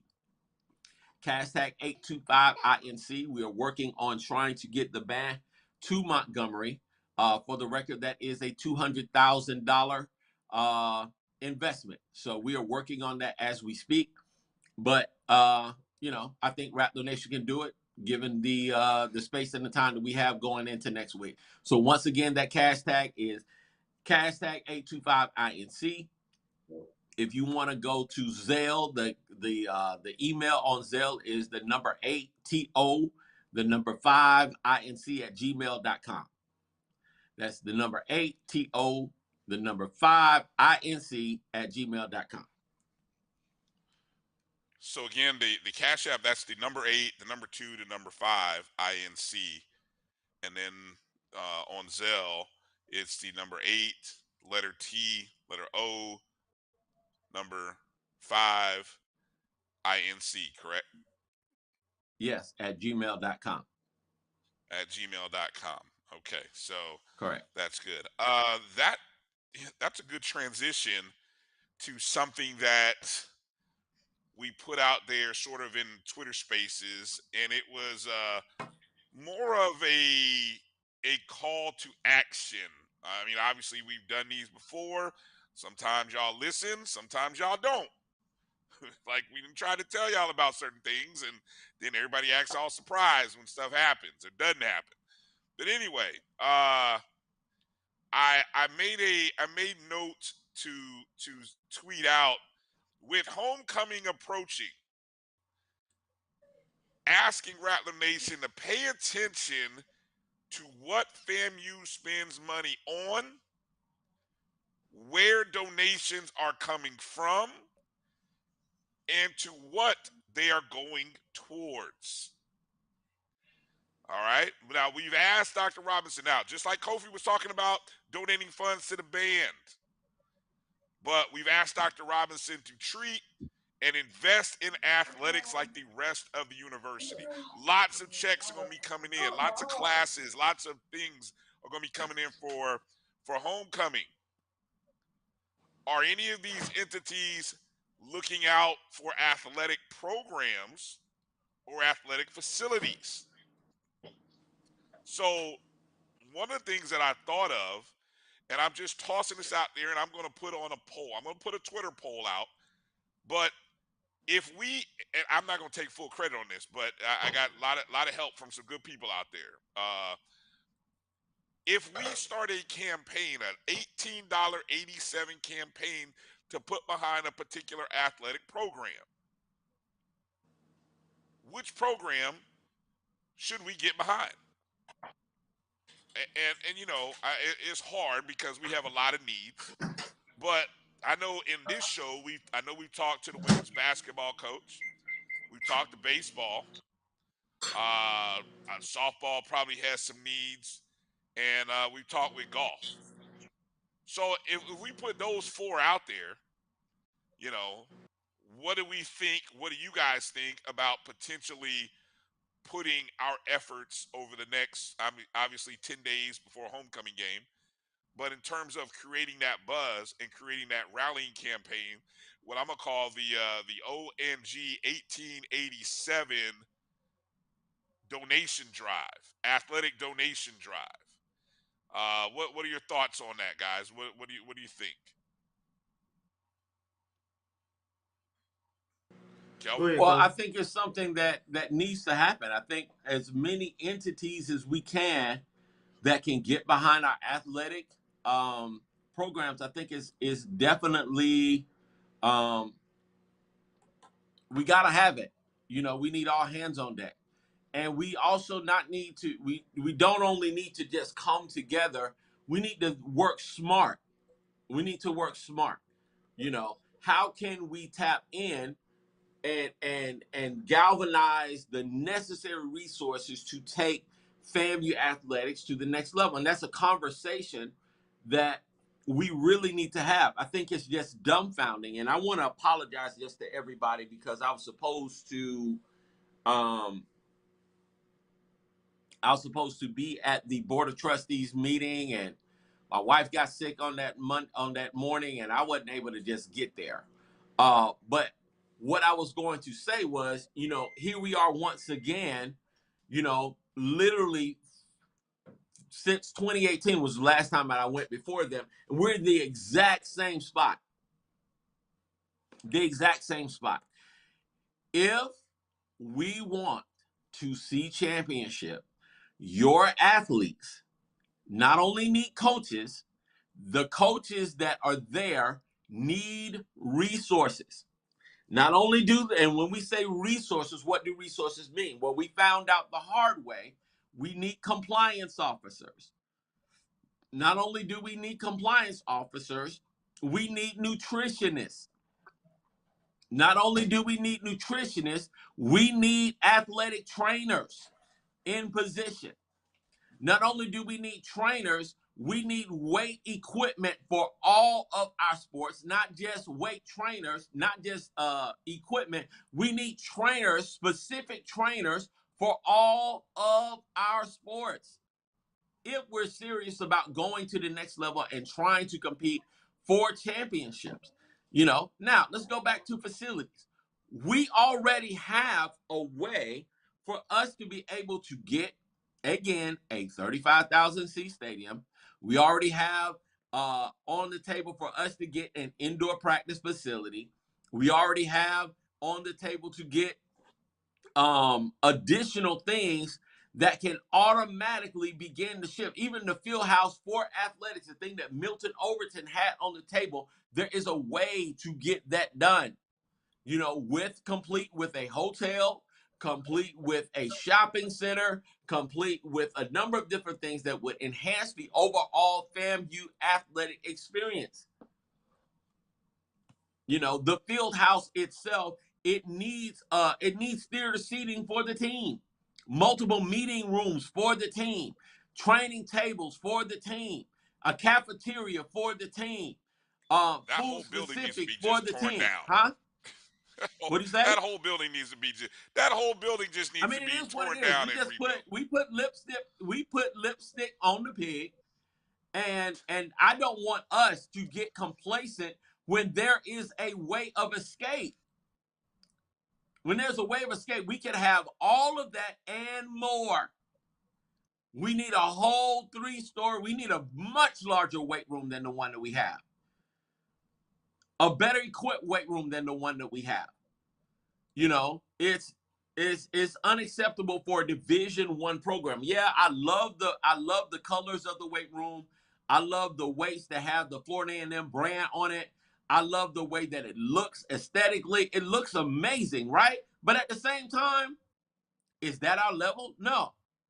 Is that where we need to be? No. So leadership has to press the mark for us to go to the next level. Hello? Jump in there, Kelvin, with some thoughts. Jump in there with some thoughts, Kelvin. I mean, we've talked about it a lot. You know, I sent out a link to the NCAA expense and revenue report, the latest one that goes up to the season ending in 2021, and you know, it breaks it down by FBS, FCS, and so forth. I don't know if you had a chance to go through all of it yet, but I mean, it tells the same story. In order to be a championship program, we got to do more and more. Um, you know, the range for us, again, target 12 to 15 million minimum, and that still would have us toward the lower end of athletic budgets within the FCS. But in order for the programs to be the best that they can be, we got to, you know, we don't even have full-time coaches, you know, like with volleyball, the maximum number they can have, and other sports. And so those are things that Kobe talking about. And so when we talk about these different campaigns and doing things, uh, I really want us to look at. I don't know what it's going to take to get a, you know, the administration on board with a um, athletic capital campaign, an actual structured athletic campaign, but endowed athletic scholarships would definitely should be a part of that, along with facilities and so forth. And you know, I'm gonna just keep talking and talking. Hopefully, it'll get some traction. No, good points. So I'm gonna put that that poll out there, and then kind of give folks a day or two. We want to hear from you guys on. Make sure you're following us on Twitter at ONG Strike Zone, and begin the process. I mean, we got to start somewhere. Obviously, until VP Sykes gets into the role, and hopefully over these next 2 months, she is able to put together a workable plan, or at least have a strategy, so that when she hits boots to the ground in Tallahassee, that she's able to run, she's able to go. You know, that she already has some ideas and has already started reaching out to people in terms of who she would like to hire, who she would like to come on. Um, I don't know how the process works, Kelvin. How will the process work for her? What insights can you give into the hiring process? I mean, does she have the ability, even though she's been hired, presumably has signed all paperwork and things like that? Uh, does she have the ability to go through the hiring process, or does something like that have to happen once she is firmly established here in Tallahassee, or in Tallahassee? Well, Ask she that has to be question employed. again. Well, okay, She so has to be employee of the university, just to, you know, cut it short. So until she's you know, I's dotted, T's across, then we have an interim in place. And I'll give you an example. I know that there's a process for the director of track that's ongoing currently, where yes, interviews are being done by a committee and so forth. So uh, now very I'm familiar with sure that. that in some form of fashion, she's being kept abreast of that process. But at the end of the day, you know, there's some things, some positions that have to be filled between, and they can't wait till she get here. So um, Right. she wouldn't be But a in part terms of of the process. And you know, there's ways now with technology you can Zoom and be a part of the process. But until she's officially started here, and left her other position, she probably won't be directly involved. So I was just thinking in terms of her staff and hiring staff. So I mean, now technically, do we know if and that's one of the things. And full transparency to everybody out there, we're working behind the scenes to see if we can get VP Sykes on. I'm hopeful that here in the upcoming weeks that there's an opportunity for us to have her on the show. But again, I'm just curious about, you brought up having to be an employee. Can she be an employee, Kelvin, and even maybe not receiving a check until January 4th? You know what I'm saying? I don't know how the university policies work in that respect. I don't know anybody who works for free, Brian. The two go hand in hand. If you got a contract, that's a good point. And you go on payroll then. All right, well said, well said. All right, let's do this. Let's take a break. Come back. We got to get into the SWAC roundup and go through what happened, the big news regarding some suspensions. Coach Prime, since the minute. Oh yeah, Kelvin wants to talk about Coach Prime 60 Minutes. I'm kind of like, man, but okay. Kelvin wants to talk about it, so we'll talk about it. That's more coming up on the other side. Coming up on the other side. You're watching the ONG Strike Zone. We'll be back in just a moment.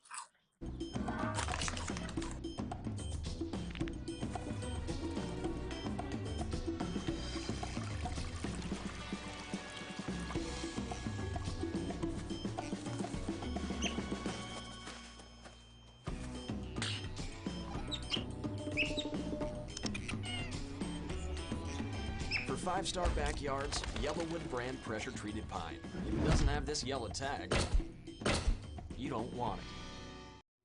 Now, you can't live in Texas and not have a good red meat blend. Texas Cowboy Dust is designed for steak and other red meats. It's out to be my most popular spice blend, made with onions, peppers, ground mushrooms, pink salt, and other spices.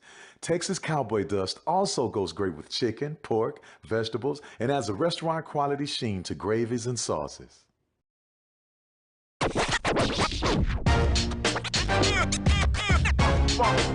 It's like a loop machine. All around town, people trying to get down. Vanilla smoked sea salt seasoning is for seafood. The tarragon and fennel bring out the natural sweetness in seafood. I also use it in rice dishes, on yams, asparagus, blueberry pancakes, and believe it or not, chocolate chip cookies. Vanilla smoked sea salt adds a salty and savory component to sweet dishes that create a symphony for the tongue. You see, Head & Shoulders has scalp shield technology, protects against flakes, even between washes. It's never not working. Kind of like us. Number 15? Never not working. I don't like this one. Me neither. Let's get out of here. Head & Shoulders scalp shield, never not working. We are making the virtual HBCU experience available wherever you live through Stillman Online. We offer online degrees in business, criminal justice, psychology, and religion. Stillman also offers technology badges in cybersecurity and data analytics. You can participate in all student activities, fraternities and sororities, internships, graduation ceremonies, and much more. Apply for admission today at stillman.edu. Stillman College, where we prepare you for a different world.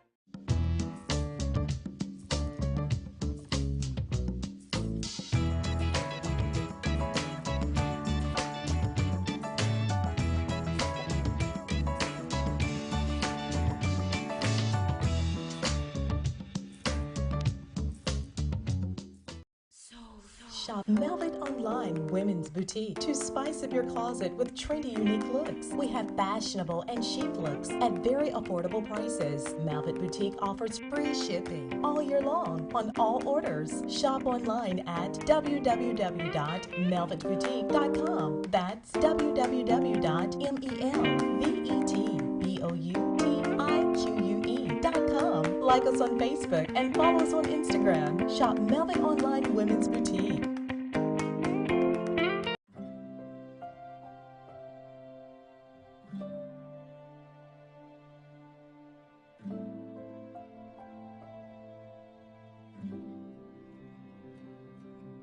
Whether it's advice on managing your anxiety or tools to help you stay grounded, Coping-19 provides a range of resources and self-care tips to help you cope with this pandemic. We can help. Find the resources that work best for you at coping-19.org. Bounty versus the old family dish towel. Drying with a fresh sheet of Bounty leaves your hands cleaner than a used dish towel that can carry and redistribute food residue. So ditch the dish towel for better hand hygiene. Bounty, the quicker picker-upper. One bite of 100% Angus beef ballpark frank, and you'll say,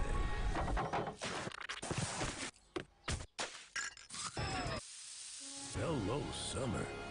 Oh yeah, it's ballpark season.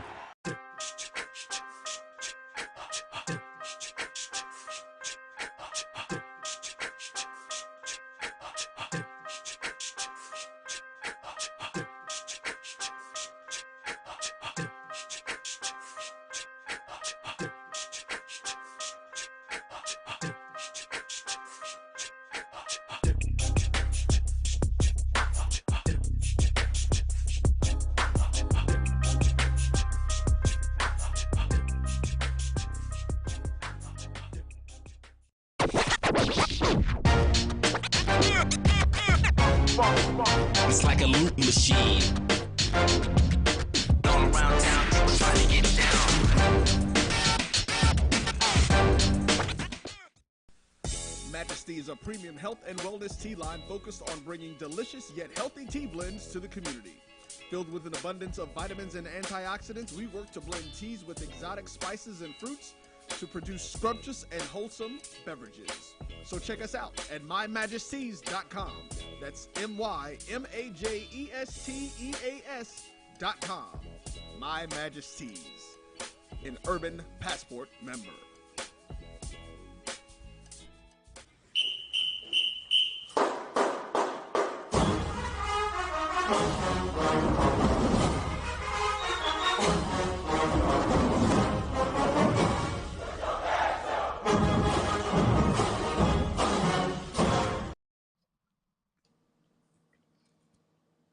Welcome back to the O&G Strike Zone. Brian, Kelvin, and Kofi.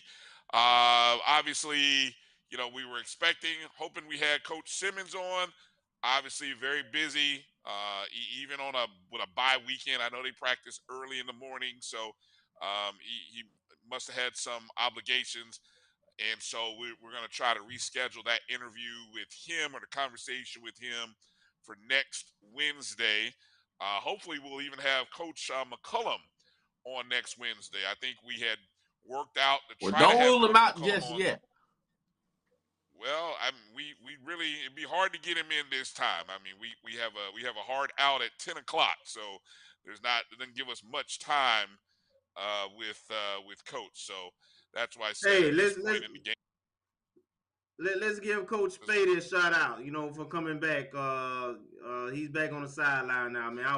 I was glad to see it, and you know, glad he's recovering from his situation, and he's a veteran presence on the staff that's been sorely missed. And he's over the tight end, so maybe they'll see a little more action now. But just most importantly, just thank God that he's recovered and enough that he can come back to work and do what he loves. Yeah, thank you for bringing that up. I wanted to make sure we got to that, so I'm glad you brought that up. It was good seeing those pictures of Coach Spady this morning. I know Rory and maybe it was just Rory or Gerald. Somebody had posted out some pictures, Gerald. So shout out to both those guys. And then, yeah, definitely good to see Coach Spady back. I think one of the things that I'm interested to see, and this is one of the things that I had hoped to find out from Coach, the amount of self-scouting that goes on during the bye week. It will be interesting because as many of us who watch this team, we see certain tendencies and we see things. And you best believe that there are other schools who have coaches, assistant coaches, grad assistants who are scouting us as well and scouting our tendencies. Now, you know, so it makes you wonder here going down the stretch, if we are to have an opportunity, and obviously needing to win out is real important, then we've got to find ways to clean up or recalibrate, maybe is a better word, what we do and how we do on the offensive side of the ball. And so that's why it'll be interesting to see what the self-scouting process is like over the course of these 2 weeks heading into the UAPB game. And so that's one of the question marks or things that that I'm curious about heading into the remainder of the season. All right, let's go through the SWAC roundup here. Final segment of the show. Obviously, before we get into just quickly the recaps, big news was the suspensions were finally decided upon, but they were decided upon on Monday of this week. Interestingly enough, I'm surprised that they were weren't announced able on to. Monday. They were announced on Monday, but yeah, now, I think they knew last week, but they just waited to Monday to announce. But go ahead. So are you going conspiracy theory here, Kelvin, that they didn't want Absolutely. It just I made don't think no it was sense. conspiracy. Yeah, it made no sense to announce it on a Friday and Thursday when the team's already practiced with those particular players and everything to take them out at the last minute. So it made sense to wait. So now they have a whole week. You mute yourself. You have two particular incidents involving pregame situations that happen in a week. And what I'm referring to the Coach Prime at Alabama State, and referring to what happened in Southern and Prairie View. I think it would have been a great opportunity for the conference to make a firm statement about its pregame policies and what people should be doing, where people should be at, the amount of accountability that coaching staffs, because honestly, when I listen to Coach Dooley in his presser with the media, I heard no accountability for the actions of his players, who you can clearly see, and they had numbers. You could clearly see numbers on their warm-up shirts or whatever they were. I was disappointed, and I get it. Look, if it were FAMU playing in a big game and our players had done something dumb like what Southern and Prairie View players did, I would be hoping that the conference would wait until after the big game against, the Southern Alcorn game. If we were in that situation playing one of those two teams, I would certainly hope that after that, then they made this, because look who they're playing this week. Southern's playing who? VUL. That's a win. That's not even an NAIA school. That's a USCAAA school, right? And then who is Prairie View playing? They're traveling to Lamar. Non-conference game. I don't know. So they picked the right weekend to drop these suspensions. Now, let me ask both of you this. Do you feel like the conference that these should have been suspensions for SWAC games or just one game in general?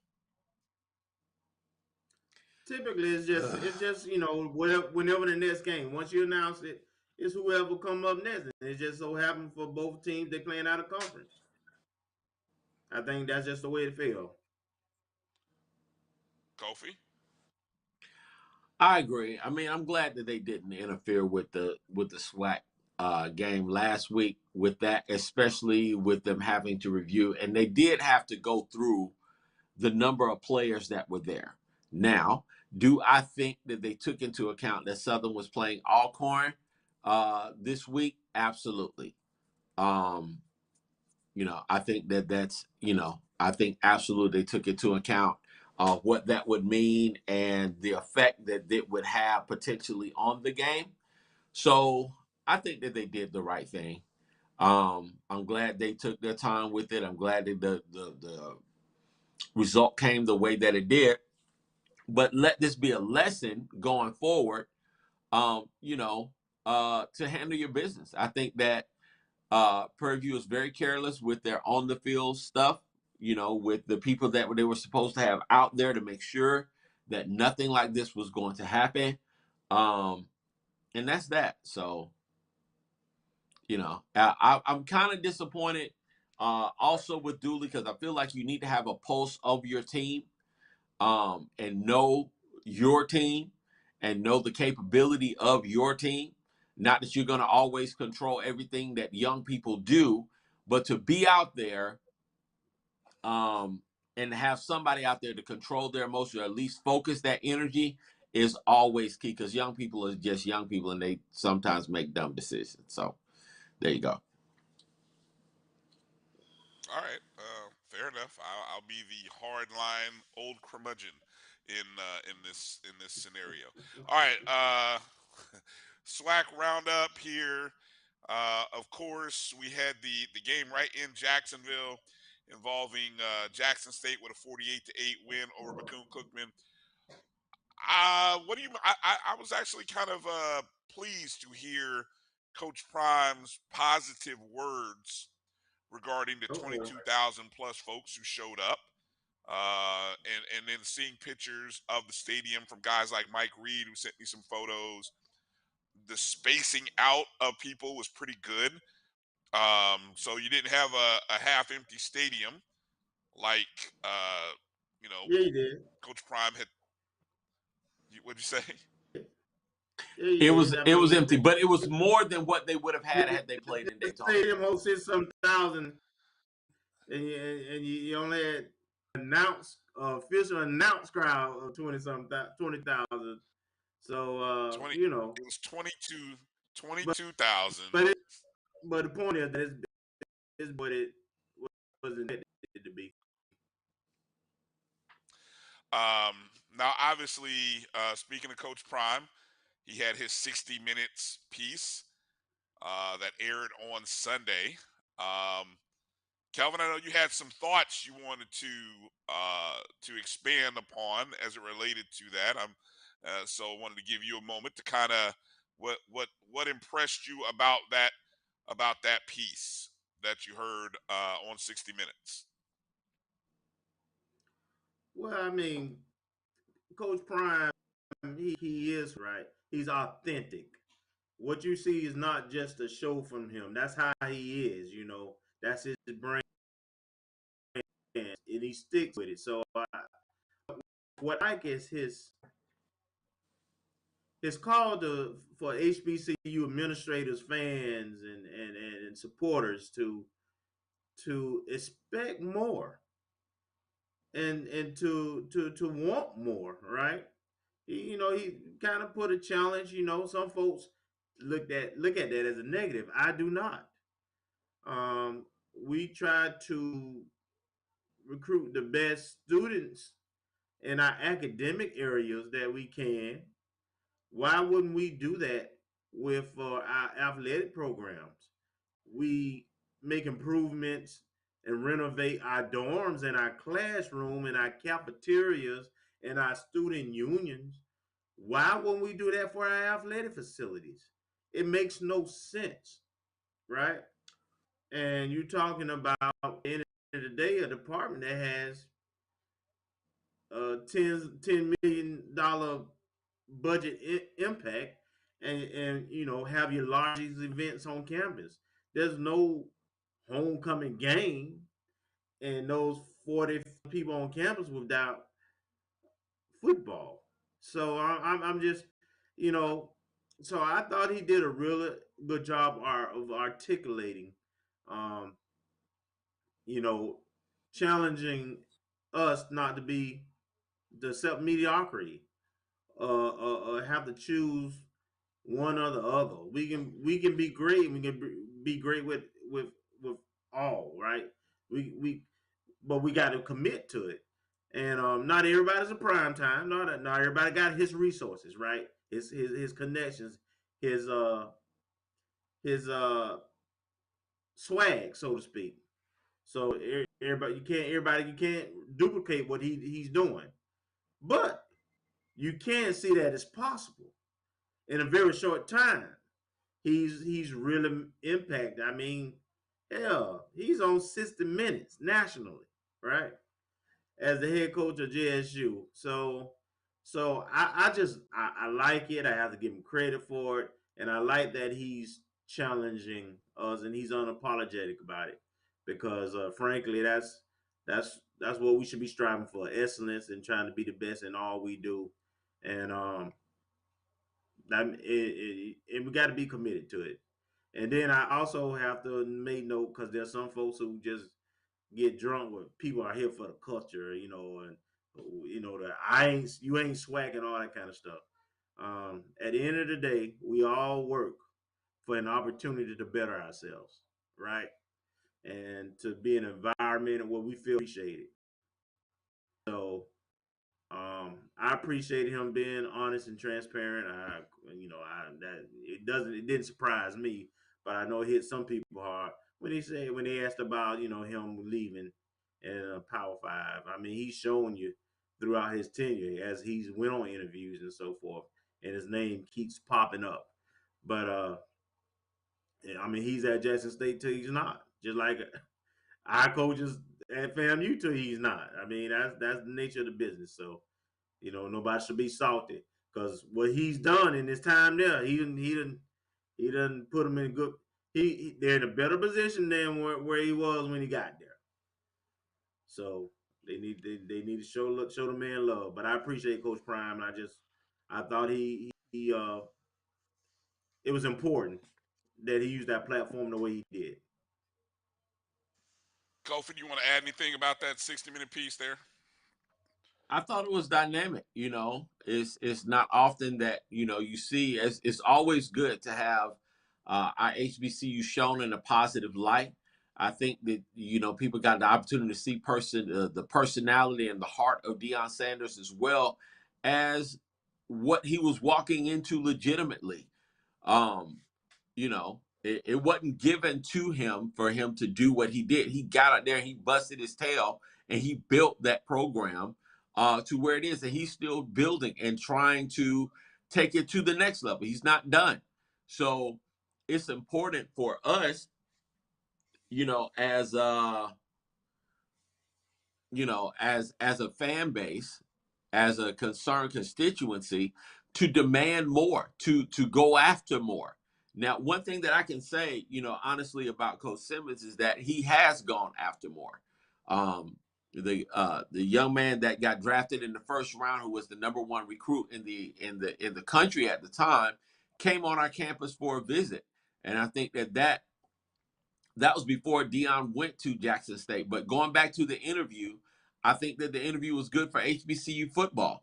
I think it was good for HBCUs to be shown in that light, to show that you can go to an HBCU and still have access to be able to be an NFL player. I wholeheartedly know, for beyond a shadow of a doubt, that if Shador had gone to FAU, he would not get near the publicity that he's getting at Jackson State with his father. It's nowhere near what he would get. If Shiloh had stayed at the University of South Carolina, he would get nowhere near the energy that he's getting now and the love that he's getting now right there at Jackson State University. And it's important for our people to understand that as ambassadors, that we have the opportunity. So let's do what we can, let's do what we can to push the narrative. I do also want to say that FAMU's Marching 100 was on 60 Minutes back in the day as well without a celebrity, but that's neither here or there. All right, no shame. All right. They actually may have been on 60 Minutes twice, if I'm not mistaken. 60 Minutes and 2020, but nobody's counting. So, boom. Okay. Hey, another big game that occurred over the weekend, obviously, was the Southern win over Alcorn State, 21-17. Important for FAMU in a couple of different ways. One, the West now, I mean, obviously you have three clear teams in the West: Southern, Alcorn, Prairie View. Southern has beaten Alcorn and Prairie View in back-to-back weeks, but Southern still has a tough road ahead because they do have to play FAMU. They do have to play Jackson State. So Back to back. Southern getting back-to-back. So getting those wins is, a good start for Southern, but it does not guarantee them a championship. Alcorn and Prairie View still have to play each other. Prairie View still has both of those. Actually, no, Alcorn still has to play Jackson. So, who knows? At the end of the day, Prairie View may be the team that comes out smelling like roses based on schedule. But I mentioned that game from the standpoint of, if FAMU is to have an opportunity, and the only way that I see FAMU have an opportunity to get into the playoffs and be in the conversation is, one, Southern continues to win. Two, that when that contest between FAMU and Southern happens in Tallahassee, the first Saturday in November, FAMU wins that game. And that hopefully maybe Southern still somehow finds a way to get into the SWAC championship game, because then it adds some credibility in terms of RPI, you looking at who you defeated during the course of the year, and it helps FAMU. So, in essence, you guys, I think, pick Southern to win the West. We want Southern to win the West after they lose to us. But I really feel like that's the only scenario that is open for FAMU to get to the playoffs. Obviously, A, you got to win out. B, Southern has to win the West somehow, some way. What are your thoughts on my theory, or just in general, that Southern Alcorn State game? And I'll go to you, Kofi. Got just a few minutes, so be quick. That was an amazing game. The explosion that Southern has on offense, they can beat you in multiple ways. Their receivers are big. They're dynamic. I thought Shaq Davis was amazing, but they got Shaq Davis on the left. They got Shaq Davis on the right. They got Shaq Davis in the dirt slot.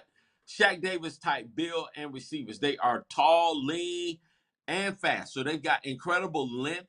And they can high point the ball. They can catch. They can run.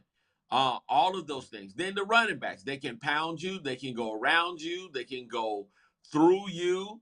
And they catch the ball out of the backfield. They can go over you. Their tight ends are dynamic. They're fast. Their quarterback can throw the ball. Has proven himself to be able to throw the ball. He's mobile enough to beat you with his legs. They look scary, bro. And that defensive line is just, was phenomenal. The way that they were able to maintain their physicality with Alcorn, I thought was great. But Alcorn was in there in the last minute. But of course, being in Baton Rouge, they didn't get the spot that they probably would have had they been playing in Lorman. If that game's in Lorman, that ball is spotted totally different. But hey, you get what you get. That's home cooking. And you get what you get. Don't throw a fit in SWAC. You just got to be able to roll with them punches. But Alcorn was right there at the end with an opportunity. I'm curious as to why they didn't have their main running back in that game, really running that ball, or why they didn't, because they had also been gashing them with the pass on that drive. And I guess they just kind of felt that they could pick up the first down with the run. But, that's neither here nor there. It's water under the bridge. They I thought was a very bad spot on third and fourth down. And Kelvin, that's that. Anything quickly you want to add in there regarding that Southern Alcorn game and what that means for FAMU? No, great game, because we that don't means play Jaguar Alcorn. Nation is coming. Yeah, because Southern won that game. That's good for us. We do want Southern to continue winning. We want Jackson State to continue winning, and we want Alabama State and A&M to continue winning as much as possible. So that, when it's time, they looking at resumes, they see that we got wins over at least 4 teams with winning records. Now Southern is very, very interesting because they got Jackson State and us still left. Jackson State still got Alcorn left and Southern and Texas Southern and Alabama A&M. So there's a lot of opportunity, and all these games are like back to back. So there's a lot of pitfalls for all the top teams. But you got three and one, one loss teams. You got and then defeated JSU. So it's money time, baby. It's getting good.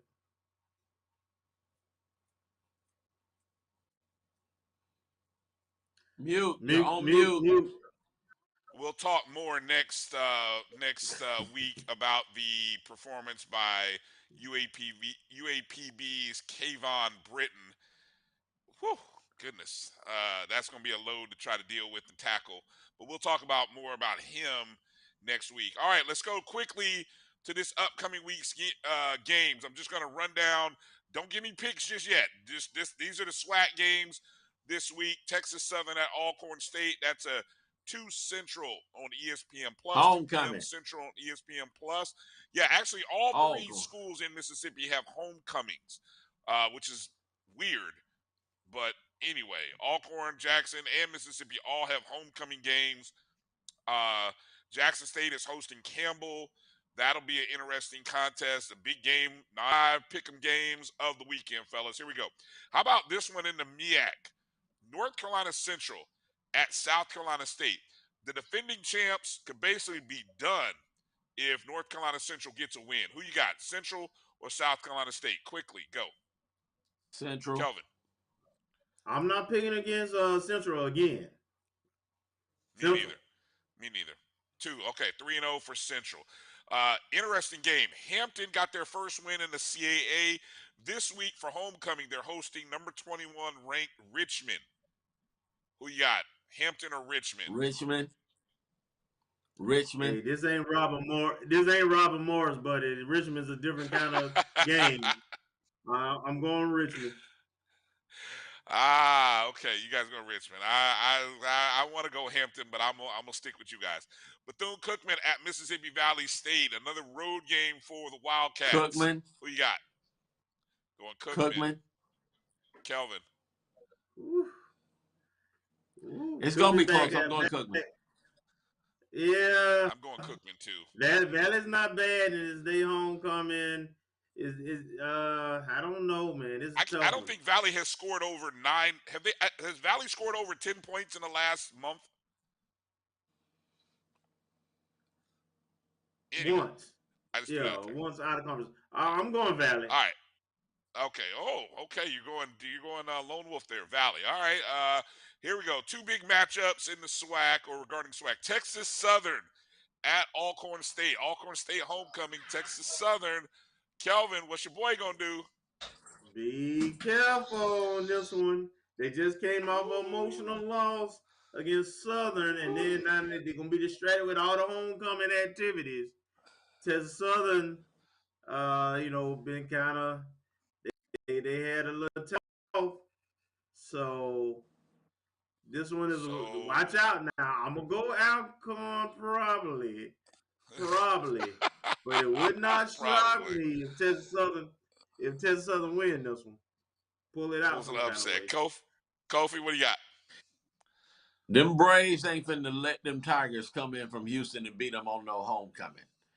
Although I agree with my brother Kelvin, I just, on the road in Lorman, them coming off a loss, them referees at Lorman is some kind of special. And I don't see them giving Andrew Body and them just stuff. So the Braves gonna be ready to play. I'll go with Alcorn as well. Okay, here we go. Campbell. We saw what Campbell did at home, beating up North Carolina Central. Now they go into the Tigers did to take on the 6th ranked team in the nation in the coaches poll, FCS coaches poll. That's Jackson State, number 6 in the country. Who you like, Campbell or Jackson State? I like Jackson State. Okay. They're at home. It's homecoming. I think obviously Campbell is going to present a whole bunch of problems for them. But I need Jackson State to pull through for this one for the HBCUs and the culture. NCCU was on the road. when they played at Campbell. And I can't say I think Campbell legitimately from a matchup standpoint was just a nightmare. And they're gonna be a nightmare for Jackson State in some areas. It's gonna be a good game. I'm gonna say Jackson State 21-17. In a close. Kelvin, who you got? I've got Jackson State too. Campbell does have the pieces to win this game. On the road, they got a big line. They physical. That's how, in my opinion, they can talk a little bit. That's a formula for beating Jackson State. But I don't think you can be predictable because it's homecoming. Because Dion wants this game. They're gonna have everybody back. Yeah, I'm gonna go with Jackson State on this one. You mentioned that everybody back, so this might be the return of the Travis Hunter. Shiloh played last week, so Hunter's back. I like Jackson State by a touchdown, but will not be surprised to see a tight ball game, maybe within a field goal into the fourth quarter as we get around the 7-8 minute mark. I will not be surprised one bit. Tennessee State game. I see it as a Tennessee State type game. Yeah. Yeah, that wasn't a close game. The score says it was, but it wasn't really a close game. This one, I think, is legitimately going to be an interesting game. Now, so I'm looking forward to that one. All right, well, look, FAMU's on a bye weekend. Of course, remember our Lady Rattlers, the volleyball program, Friday night, 6 p.m. in the Lawson Center. If you're in Tallahassee and can go check out this game, support these. They have not got a win in Tallahassee at home yet. They need your support, Rattler Nation. So please go make sure to do that. Get out and support. Follow the show, Facebook, Twitter, and Instagram at ONG Strike Zone. Coming up, we're going to put together that, as I say, the ONG 1887 Athletic Fundraising Drive. That'll be coming up again. More information will be dropping here in the next few days, so be looking for that. And one more time, Kofi, give people the Cash App and Zelle payment to support the 825 Inc. Give those handles out one more time quickly. Hashtag 825INC, the number 825 and then INC. And then the Zelle is the number 8TO, the number 5INC at gmail.com. I did place it in the chat room. All right, so we'll make sure to tweet that information out as well and post that in a few other places. So appreciate you guys, everybody on Facebook, Twitter, for watching the show. Appreciate Dr. Lori in there moderating. Appreciate you. Shout out to our producer, Mel, in the background, producing, making this thing possible. And share the broadcast with a friend, Rattler Nation. We appreciate all your support. Go download the BCSN Pod Zone on your podcast platforms, wherever you listen and download podcasts. That's where you can find our show. Give us a rating. Give us a review. We'd appreciate it. Go download the Jericho Broadcast Network's app. Right there in the top right corner, you see it on the Apple App Store and the Google Play. MyJBN, MyBCN is where you can find us. We're preparing for homecoming week. We may be doing a show Friday, big M-A-Y, but that's going to do it for tonight. Thank you guys for watching Rattler Nation. Be safe, be strong. And when you see a tiger out there in the street, just put up two fingers and say, yo, we're going to strike, and strike again next time we see y'all. All right, that's going to be it. Good night, everybody. Peace out.